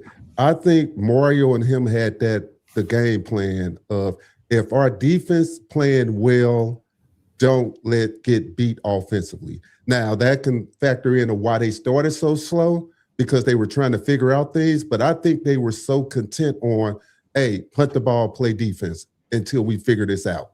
And that's the thing of playoff football. Go ahead, E. What was the first play of the game? It was a run with Fletcher, and he got 9 yards. Right. And I thought then, if they started the game like this, I was very optimistic. The next play was a pass play to get a first down. And then they went and threw the ball 3 times in a row and had to punt. Yeah. He went away from the run game too soon. Fletcher ran to the outside, to the right behind Bell, and got the 9 yards on the first offensive play of the game. Remember, they kicked us the ball. They deferred. Right. Okay. Then it was 4 passes in a row. The first pass, Beck got it, first down. The next 3, incomplete, punt. And I thought, I didn't like that. You had him then. The mistake that Dawson made, and you got to remember, he's got analysts on the sidelines that help him. They didn't make the adjustments to the half instead of making them on the fly. Right. Zone run was there. They couldn't stop that zone run to the outside. And now looking back, I understand Fletcher's your guy. Maybe I'm wrong. I would have liked to seen a little Pringle in there. I think he could have maybe on the outside runs with his shiftiness and his size. Maybe they didn't want to risk him. He's being small. Indiana, big dudes, older. Maybe they was worried about him fumbling or getting hit. I'm not sure. We can't cry over spilled milk. Yeah. Okay. Woulda, coulda, shoulda. That's them two things right there. That first offensive series and kicking the field goal, to me, instead of going for it on 4th and 2, you walked away with 0 anyway. I would have went for it. That's me. Yeah. I would have went for it too. Yeah. I probably would have kicked the field goal. He says he would have kicked, which he did, and he missed. Yeah. Me, with what I got, fuck. They weren't even expecting a quarterback sneak. I'd have did a tush push, something. You got too many weapons not to get 2 yards. I'm sorry. Yeah. That's me. You got too many weapons not to get 2 yards. They were so worried about Malachi. Somebody else would have been there. I think not having Lofton in the game really hurt. Really hurt. Yeah.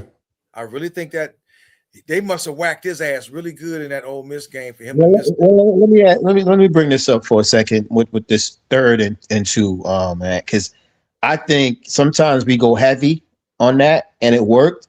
But what's wrong with sometimes you got to be different, right? And this has to be something you practice. If you haven't been practicing, and then you're not prepared in every way possible. What's wrong with going spread these wide receivers out? You know you're going to run the ball, but it gives you more room to run the ball, right? It gives you more room if you want to do a draw, if you want to do certain things. But I think this bunch set that he's been running, while it's successful at times, it gives a shorter path to the ball player, to the ball carrier. I kind of agree with you on that. If on that type of situation, it's a damn if you do, damn if you don't. Because on one hand, you figure with the line I got, with the way we've been playing, with the way we practice, 2 yards should be nothing for us. But the flip side is it's best on best now. They've been stuffing your run in the first half. It's 4th and 2.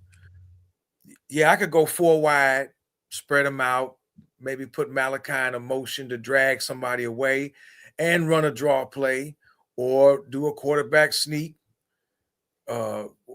quarterback keep it.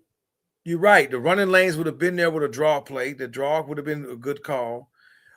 So, I mean, like I said, woulda, coulda, shoulda. Yeah, I like them in a bunch set. Actually, the only reason I like them so much in a bunch set is because their receivers block so well. So it's actually like that's what I'm saying. It's 50-50, man. Yeah, so because going back to that game, if we could go back to that 4th and 2 and the flow of the game and how's it going, 2 yards. How do we want to attack this? Do I want to run a jet sweep of Malachi and get him in space? Can he get me 2 yards? More than likely he can, unless they bracketing him. Could he be a decoy and I run a misdirection and get a first down with the running back? Could I do something as simple as just go off tackle and just get behind 61 and say, look, man, I need 2 yards. Yeah. You in 87, give me 2 yards blocking. It's a number of things. Yeah. Well, let me say this too. You asked me about Mensah, and I'm going to bunch it together with Dawson here, right? What I would like to say, and I would hope that you guys would agree with me for next year, is I want to see him now starting to be the guy that's going to start attacking when we get on offense. Meaning, we so happen to get the ball first, or whenever we have the ball, start dictating, man. Start dictating this shit. I think we run the ball for sure. We're going to continue to do that. But start dictating down the field a little bit too. I agree with that. We have to defend so many guys. Like, Louisville did a tremendous job. And I feel like teams want to come out and they want to set the tone to get ahead, just in case it comes down to the fourth quarter, certain things will happen and they've scored and they have a chance to win. And I think we need to start dictating. So that I want to say, because I don't want to take too much time. I want to be boring. Also, guys, what do you guys think? I think you're right, man. I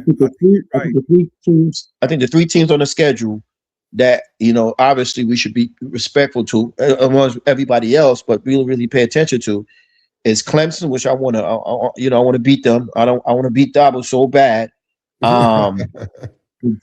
Virginia Tech, because new regime, but a respectable regime, because this guy knew what he's doing, right?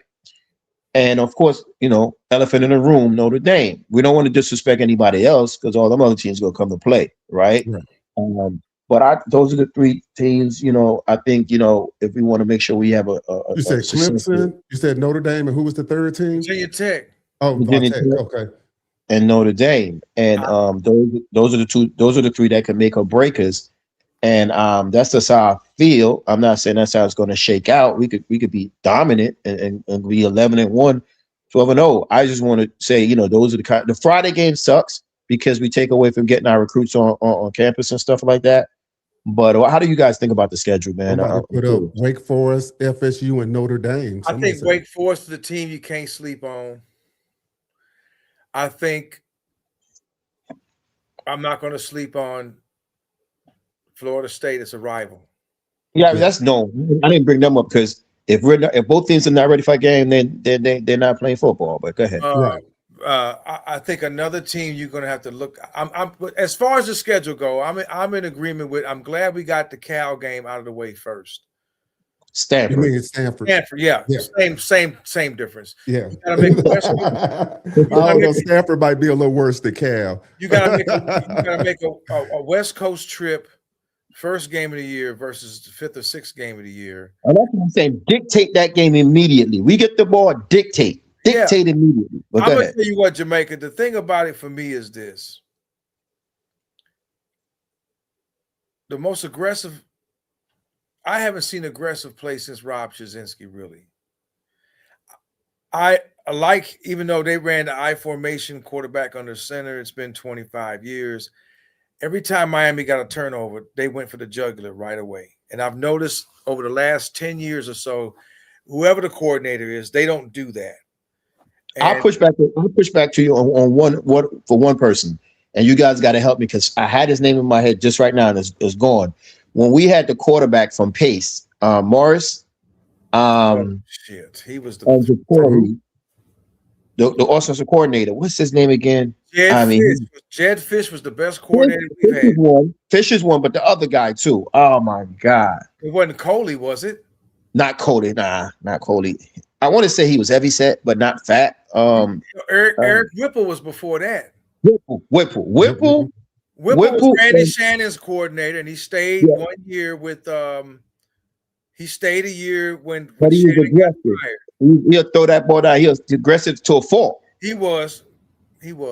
Right. He was it is when y'all say aggressive, you got to always go back and look at what are you dealing with. You're dealing with Mario Cristobal, which runs a certain type of offense. Right. His aggressiveness is maybe not aligns with a lot of other people's aggressiveness, where his aggressiveness is to beat you up for 4 quarters. Right. A lot of other people aggressive is come out, air raid, try to go for the juggler, home run hitter. So, you know what I'm saying? I get that. I like that style too, because if I can body blow you in the first, second, and third quarter, then come fourth quarter, you see the end result. You saw Ohio State. They were ready to quit. They were ready to quit because they had been getting beat up in the front. So I agree with you. I think this year with this team, Dawson's going to take his shots when they present themselves. Right. At the same time, I think they're still going to play that type of beat you up to where I can take my shots in the latter part of the game and you can't respond. Right. Because I've been body blowing you. I'm setting you up. Because we will all agree, as good as the Cam team was, this team is way more physical, this year's team just passed, than the Cam's team. Yeah. Absolutely. You know, absolutely. And I think that played in our favor, and it also kind of not taking away what 87 did, right? But I think it kind of hurt us in the end because that's another thing. We got so many different topics we could talk on. As much we felt like we had a lot of depth last year, I think this year we really need to concentrate on that because this BS call that happened in the Mississippi game with the freaking sparing or whatever the hell they call. Yeah. It costing us our ID back. It allowed us to we had to play guys in the beginning of that Indiana game. We didn't press too much. We didn't push up on the wide receivers. Yeah, you didn't have Lucas. You didn't have Lucas out there. That came into play because you see immediately in the second half, guys pushing up. Yeah. And that hurt big time not having him. And then they played off. They gave up a lot of chuck yard. I agree that is something that the rules committee probably look at. Yeah, injuries are Brown, and an unfortunate situation losing Lucas. So there's so many different things in this game that it just bothers me. But we're gonna stay hungry, right, guys? We're gonna be even more hungrier this year. Everybody talking about the Notre Dame is going to be hungry. I think making to the championship game, losing knowing they could have won, is going to make them even more hungry. They're going to be just as hungry as that 86 team that lost. Yeah, it's a reason why Fletcher came back, and some of these boys, like they know that they let one get away. Look, you think Fletcher would have came back if he didn't think that offensive line would be just as good this year as it would be the up-and-coming season? He ain't coming back. Do you think he would have came back if they beat Indiana? Probably not. Yeah. For what? Yeah. I heard somebody make a statement saying he's a kid that's is never going to be able to. He doesn't have to spend a lot of money in Miami in the future, because they love him like that here. You know what I'm saying? When I say I got a video saved of a game. Where did he play? Who did he play for? Plantation? Oh no, Heritage. Yeah. Did they play against the team that had JoJo Trader and Jeremiah Smith? Yeah, I think they play every year or every other year, but they played Plantation versus Heritage or something. And all these dudes was on the field at the same time. Fletcher, Malachi was a freshman. JoJo was out there. The other receiver that went to Ohio State, he was a 5-star out there. Jeremiah was out there. These kids, I'm telling you, they straight. Yeah. They straight. Miami win that game, Fletcher gone to the NFL. Yeah, I agree. This is a statement. It says, in my opinion, this year's team has more versatility in the methodology of how to close at the end. That's a good That's a good one. Stanley. That's a good one. Really good, brother. That's really good. Well, let me ask you this, and that's excellent. That's excellent too. It was said that it was excellent. Let me ask you this: what are the things you think that might keep us from doing that? One of my opinions is one of my thoughts is, and I don't want to be killed for this, because I get on the spaces. I don't know if you guys get on spaces where I have a main space that I get on, and if they ever listen to this, man, they'll kill me for saying this. But one of my concerns is that linebacker spot, bringing back two guys that with Smith, it's going to be productive, and with Torre, that's going to be productive. But both those guys, to me, are possibly could be injury prone type of kids. They could fall back into the injury thing. I'm a little concerned about the linebacker spot, or who will be able to step up behind them to get the job done. What's your thoughts? I think my concern probably early in the season is how fast the offensive line come together, because offensive line is the continuity that you need. We know they will, we know they talented, but how quick will they gel? So that would be my concern. Luckily, they got some games early where they can get on track. We do know the depth is linebacker might be an issue. I think the young Bulls they got coming up, I think they're gonna be fine with that. What do you say?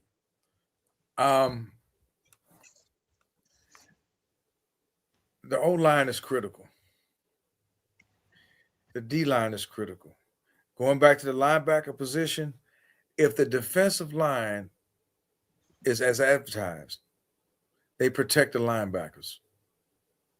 Okay. So having said that, I'm not saying we're going to be deficient at linebacker. I see your concern about a possible injury. Torre plays really aggressive. Mm-hmm. He's demonstrated he has no problem putting his body on the line. At all. And I like that about him. He's a dog. Okay. He's a dog. If your defense love that cup. Oh yeah. Oh, thank you. Oh, yeah. If the defensive line, your D line protects your linebackers. If they're doing their job, guys don't have to come down, safeties don't have to come down, linebackers are freed up to do other things. So we'll see. You may see less blitzes this year with the linebackers because of the efficiency of this D line. You got some real monsters up here, man. We do. We do.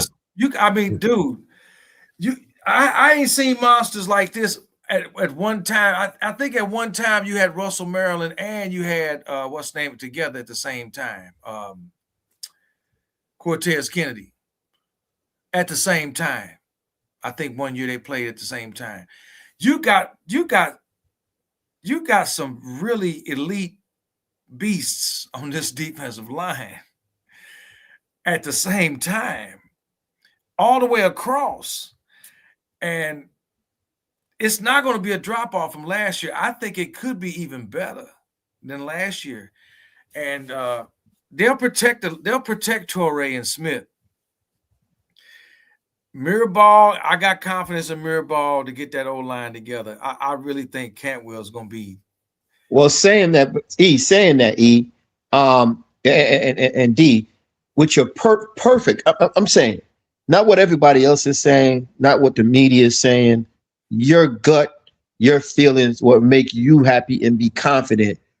What would be your perfect lineup, offensive line this year? What would be the one that you want to see on the field? Cantwell on the right. Yeah. Pancake on the left. My man that was already the backup center, he's going to be a backup center. The other guy, right guard, he already been playing left guard. I mean, he was already playing in place of Cooper when he came out. Talking about McCoy? Yep. And then we'll see how this kid from Georgia. He's already 6'5" or 6'6", 315. Yeah. He could be your plug-in. He didn't get that much playing time in Georgia, but he could be your plug-in guy at your right guard. Right. Mayweather. Yep. He a tackle. So we don't know if he's going to push Cantwell, if Cantwell start, if not, because old boy already. He might end up getting the right tackle, and then you got Pancake at left guard, at right guard, where he played at anyway when Bell was playing at right tackle. Right. So either way. We cross-train, right? We cross-train. But cross-train. Who are you saying was supposed to be the center? I didn't catch you. I didn't hear you. Wasn't clear on that. What's his name? Rodriguez? Rodriguez? I think that's him because they said they wasn't going to the portal to get a center. They already had their center. Was it Rodriguez? I believe that's him. Okay. Yeah, he's there. He's back. I believe that's your guy right there. Somebody say Mayweather and Cantwell have to get and play from day one. Yeah, I think Cantwell's going to play for day one. If not, you know that Mirabal, he rotates a lot. He rotates a lot. So if CC got out there as a freshman day one 2 years ago, 3 years ago, was that the 24 season? Yeah, that was after the terrible season. Yeah, well, go ahead. Yeah, the 24 season, they went what? 7-5 that year with him as a freshman. When Bain was a freshman, they beat Clemson with Emory at quarterback. You had old boy was the one that went to SMU. We also had the kid Flag who made the stop that came down to see you guys. He went to Missouri. Flag. That was CC freshman year. That was Bain freshman year. So I could see Cantwell playing because he's even bigger than Maui Noga. Yeah, he's bigger. Okay, I just as much as I think people was paying attention to the offense, and I'm going to enjoy it too. My one of my complete attention is going to be focusing on that defense, man, because like I said before, depth and defensive backs. We got the kid. We got Seatbelt coming. We have some of these guys from Georgia that's coming that everybody's talking, a lot about in big words and saying that they're going to be excellent, regardless if they're freshmen or not. We had guys who's already stepped on the field and put their toe in the water already, got some experience. What I'm looking at now, you got Sampson at left tackle, Matt McCoy at left guard. I can't pronounce his name. S.J. Olafili, the kid from Olafatuli at center. Yeah. Max Buchanan at right guard and Jackson Cantwell at right tackle. Yeah. They so Who did they deep, have at man. tackle? Left tackle? Who was left tackle? Left tackle will be the pancake honcho, Samson Oh, so Ogunode. they took him right off. Okay, so they're moving from moving from guard to all right. And you got McCoy at left guard. Right. And then you got Seaton kid that's coming in. And then you got, man, bro, No, Seaton not coming in. you 15 deep at offensive line. You 10 deep No, behind your I don't think he starter. was talking about Jason Seaton. I don't think he was talking whatever his name is. I Oh, don't think he was talking about him. You No, talking about Jordan Seaton. No, he went to Oh, that's right. That's right. He gone. Never mind. I'm tripping. Never mind. He went to LSU. They say, and I'm not taking them from him. Take him out of there. You still 9 deep.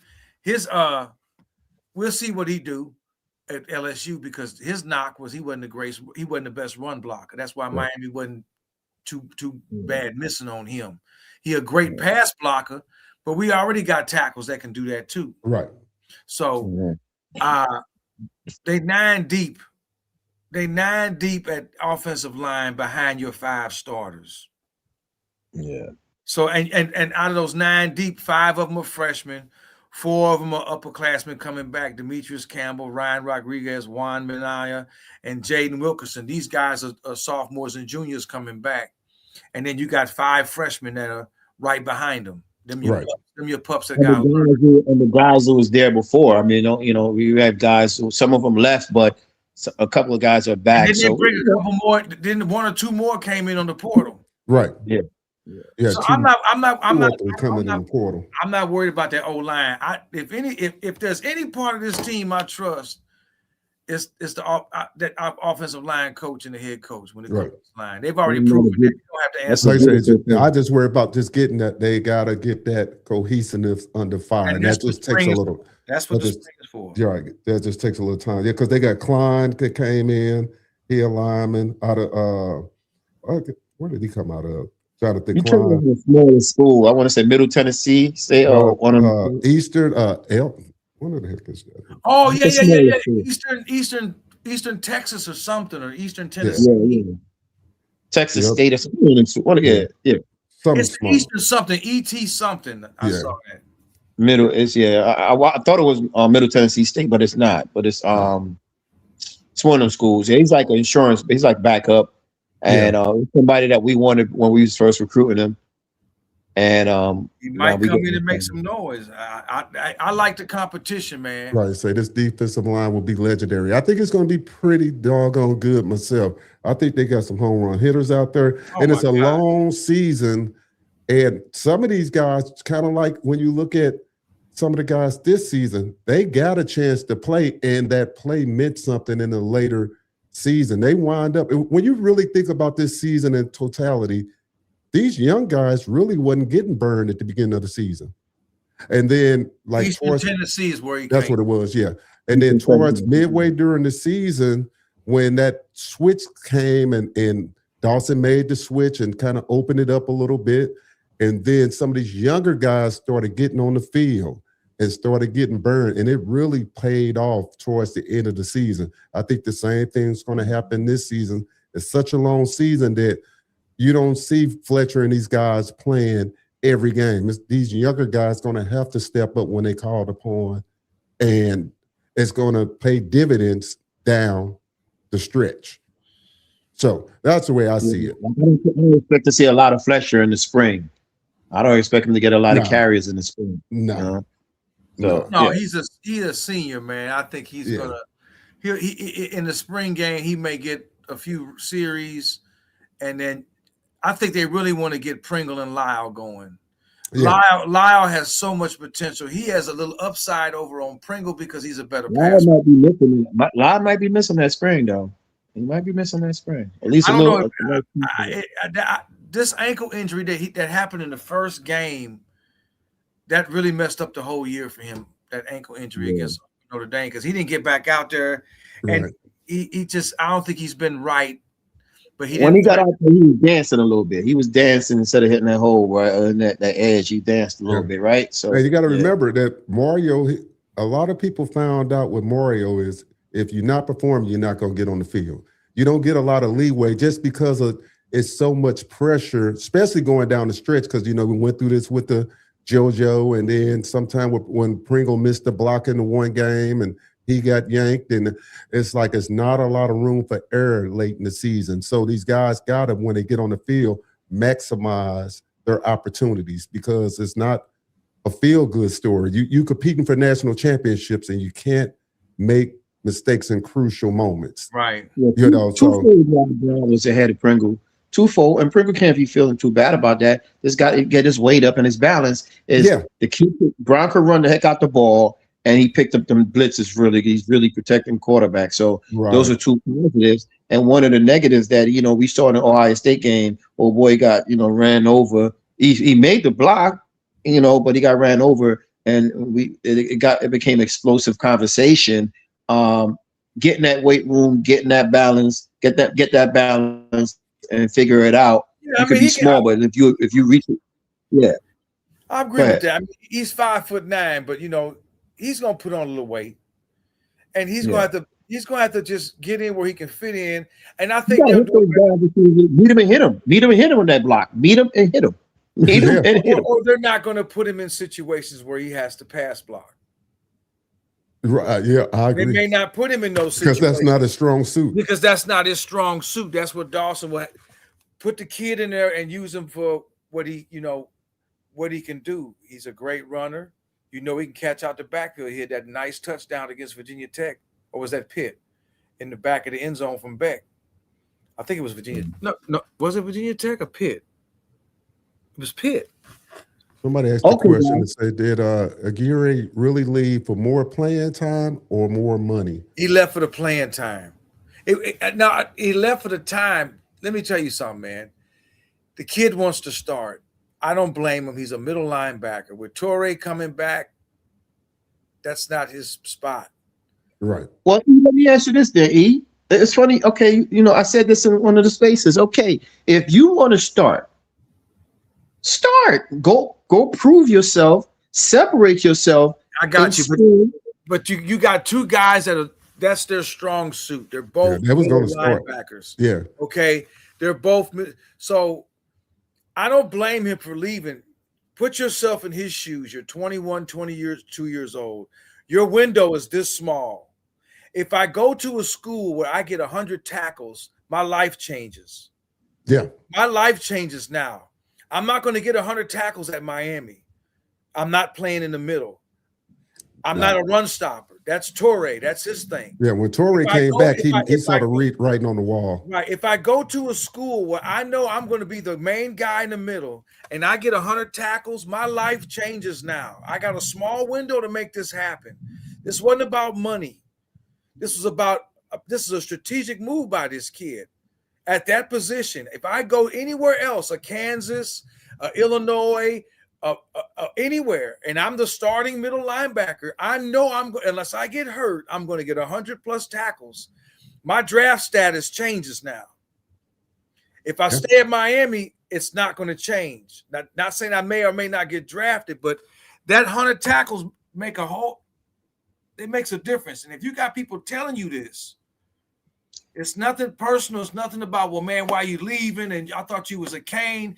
I got to make a decision. I got a window this big, and I got to shoot my shot now. If I don't shoot my shot, if I don't jump off the porch now, I may miss my window. So I can't blame Aguirre for saying, you know what? I can go to a school that needs a middle linebacker now. Right. Just like Miami goes out and gets a guy they need right now. And if somebody gets me right now to play in the middle and I get these 100 plus tackles in a season, my whole life changes now. Now my window is open with the NFL draft. That's I think how he's looking at it, how his daddy was looking at it, how an agent was looking at it. It wasn't about no money. I think he got a brother that plays down there too. Yeah. Right. Where did he go?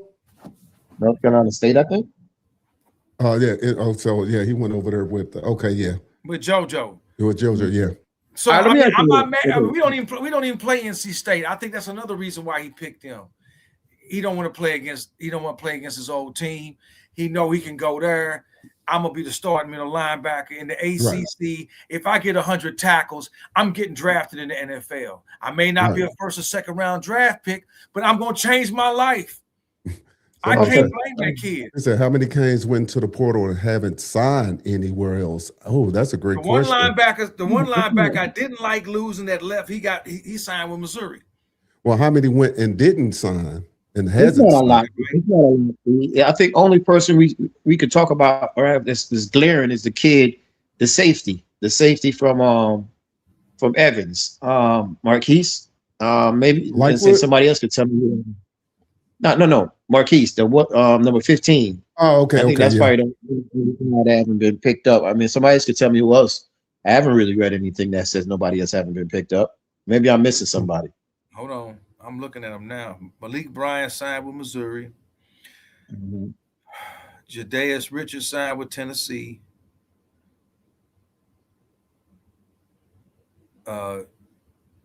Derek Platt signed with Auburn. Emory signed with Eastern Carolina. Artavius Jones signed with UCF. Tommy Kinsler didn't get with anybody. Mm. No, I thought Kinsler went to no, wait. Kinsler went to Maybe he did. He went to Mississippi. He went to Ole Miss. Ole Miss. Okay. Yeah, Kinsler went to Ole Miss. Okay, well then that leaves the kid. Amari Wallace didn't sign with nobody. Oh, okay.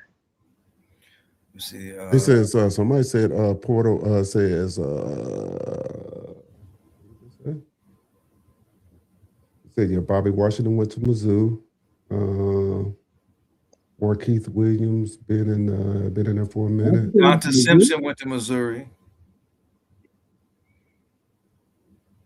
Okay. Nye Carr went to Wake Forest. Yeah. Okay. That's why I'm thinking for a lot of people. It's not a lot. We'll see him next year or later this year.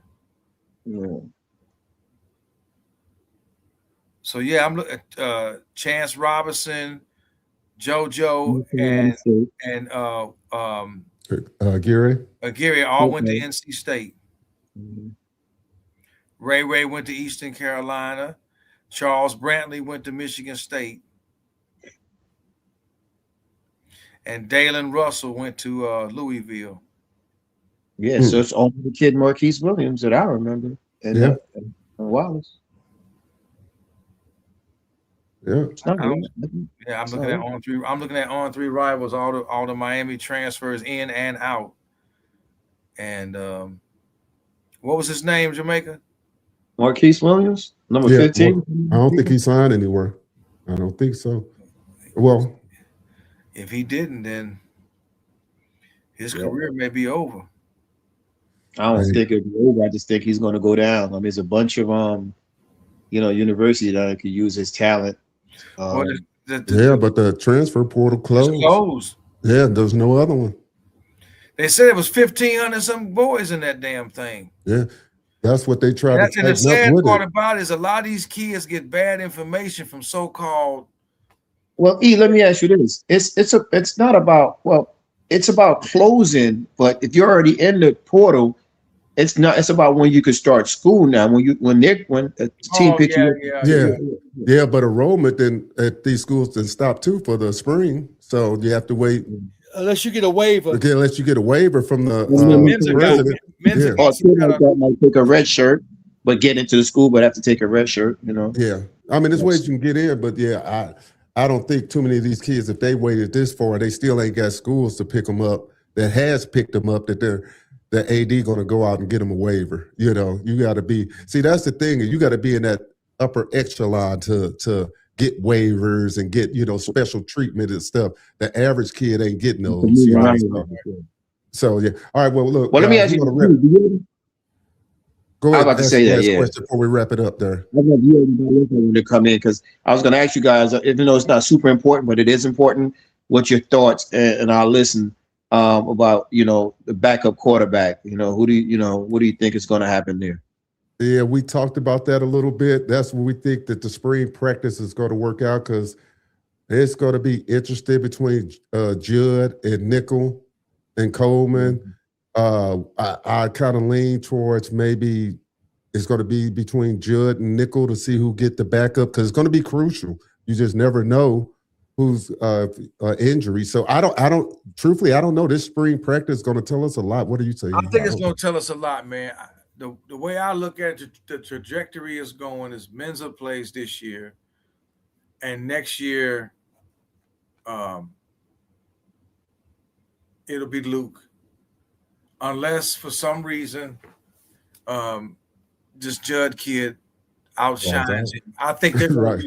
I think they're going to battle for the 2 spot. I think Darian Coleman will get redshirted this year. And it's going to come down to Luke. And did Luke get redshirted this year? No. I thought he didn't know. Okay. No. So that tells you something there. They didn't even redshirt him. They didn't redshirt him. Because they knew a year ago they were going to have to do something with him. Yeah. Well, okay. I know you guys got to go, but wait. Let me shake it up a little.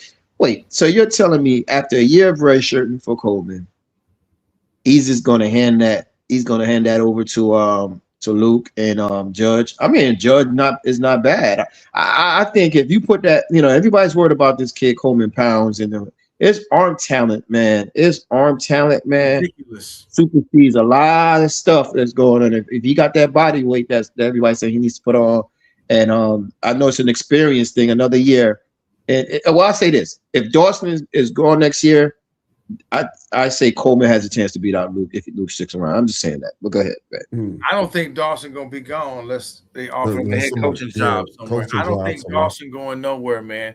I think right now if you look at it from Mario's on the way down, if he's got after this year, he's got 5 years left on his contract.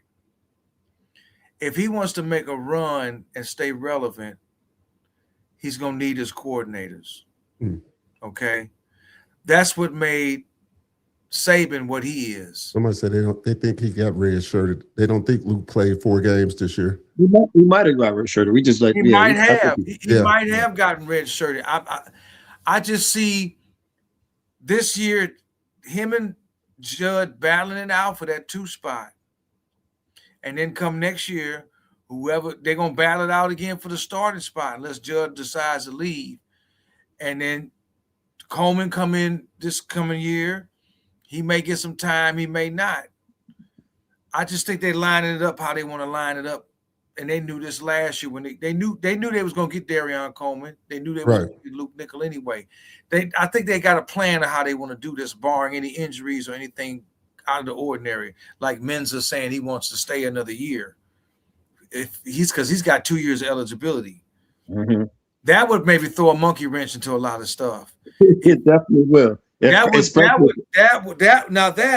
saying it's a bad thing, but if Mensah decides to say, you know what, I want to come back another year for Miami, we lose Luke and then Coleman probably lose him after that. But I'll tell you this: if Mensah come back, that means we didn't have a good year. No, not necessarily. I would say, I would think if you reach the heights you want to reach, and he win a natty, he ain't coming back. I know he won't come back. Why does Ole Miss quarterback want to come back then? Ole Miss quarterback wanted to come back. My personal opinion, because he undersized like Pavia, he was getting hyped up. But I think the measurables, once you talk to people in NFL, I don't think his measurables was measuring up to be a first round. It's a whole new ball game in the NFL is a different ball. They want tall quarterbacks. They want Josh Allen type dudes. Yeah. 6'4", 6'5", that can run, that can stand in the pocket, because all your D tackles and D ends are tall anyway, that can see over these dudes. I can't see over these dudes if I'm 6 foot or 6'2". So that's why I'm thinking Darian Coleman, body-wise, right now, remind me of the NC State quarterback, but he's just a better passer. He's a better passer. Orange and green. Oh, go ahead there. But yeah, that's my personal opinion on the Ole Miss quarterback. I think he's a little undersized. I think that the college football world propped him up. It's kind of like, What's the quarterback that got hurt? Bo Nix. He wasn't that tall. Yeah. He wasn't that tall. They, Well, Josh Allen. he ain't gonna grow. He ain't gonna grow next year. So No, he ain't. No, Right. he broke that ankle. That's what he gonna. That's what he. But that's the whole thing with him. I think he came back. He was fighting so hard to come back. It's because I think he got word in the draft that they wasn't as high on him as other people. Same with Oregon quarterback. Yeah, Dante Moore. You don't go in the draft. Yeah. You ain't ready. He looked nice, guys. He didn't look polished at all. In my opinion. Hey, when he threw interceptions against JMU, even though they blew him out, I was telling people then. I said, man, I'm taking Beck before I take him. And Beck, at least Beck's 6'4". Yeah. And Beck could be okay. He probably a prototypical quarterback that what they like. He a big quarterback. He's big, tall. Check the ball down. Yeah. You know, so put Beck on the right team, he gonna be nice. Right. They want that. That's why Archie Manning's so hyped, because he 6'4", 6'5". He tall. He can throw. Yeah. He's mobile. The kid at Ole Miss, he nice. Yeah. But is he gonna be nice like that in the league? Right. You know what I'm saying? Yeah. Look at Quentin Ewers. They high up on him with the Dolphins because of Tua. They gonna see if they can make that work with the Dolphins. Is it gonna work with him though down there? Because he ain't that tall. Right. So they want these tall dudes. Missouri quarterback from last year. Did he end up getting drafted? I don't know. Hey, thank you, man. Appreciate you, man. Appreciate you guys. Thank you. Thank you. Appreciate you. All right, you have a good one now. Yeah, enjoy your we'll chat, man. Hey, man, enjoy your week, man. Thanks for calling in. He said, somebody says Darian Coleman reminds him of Bryce Young. And taller. I just said body-wise, he kind of reminds me of the NC State quarterback, but he's a much better passer than old boy at NC State. Yeah, I agree. That boy can zip it. I mean, he can make all the throws. I mean, he is just, I don't know how he didn't get a 5th star. Right. I don't know how he didn't get a 5th star, because he can make all the throws. They put another 10, 15 pounds on him, man, and he going to be, he like a Lamar with a better arm, way more accurate. Yeah. Hey, look. This spring game gonna be lit. That's what I'm telling people. Gonna be, I love it. This competition, man. I'm it's gonna be some competition, man. 2 months, and plus it'll be a little warmer, man. Hey, before we get out of here, put in the chat, what's the most intriguing spring training battle you want to see? Like fighting for a starting position. Yeah. That's who y'all want to see. Who y'all want? What's the most intriguing spring battle you want to see? I agree with what he said about you in that cap situation. Yeah. What is it? Rookie contract with Miami likes. Yeah, the caps. Yep. Yeah, yours probably gonna. I think, man, let the boy roll, man. Let him roll. Yeah, I'm the same way. If they don't let him, what we talking about here? It says they would struggle to recruit QBs if they don't let one of these homeboys take the reins next year. Well, I'm sure one of them will, because I don't see Mensah staying. And like I said, I already watched the On3 about the quarterbacks they looking at. There's 5 of them in the 27 and 28 class that Miami looking at. So as long as they keep winning, hey, it's like Luke said. I know a lot of people disagreeing with a lot of stuff with Luke saying, but so somebody say Cantwell versus Wilson, possibly, or Miami win, man. Just Miami making it to the Natty and doing what they did. They on everybody's radar now. Yeah, I would say, hey, look, that's why no game is a cakewalk, because now you the hunted. That's you. You getting primetime ratings. You're gonna, teams really want you bad. 3 Fridays and a Thursday, man. That's You got Stanford on a Friday, then you got FAMU on a Thursday, then you come back and play Central Michigan on a Friday, and then you got Virginia Tech on a Friday again. Home game like I went to 2 years ago, 2 seasons again at Hard Rock on a Friday night. Yeah. Oh, At least it's not in Blacksburg. And we no, happy it's for not in that. Blacksburg, but I just think they always come out and play Miami hard. And now you got old boys they coach. We'll see how they do. Right. All right. So, Well, we're going to wrap this up, man. We appreciate everybody for tapping Right, in. If you haven't appreciate smashed that like button before you get up out of here, and we'll be back next week, Saturday, because of the Super Bowl, right? Sunday, yep, right? Super Bowl So is Saturday, I'll drop a reminder, tap in with us, and we'll holler. We out. everybody have a great week.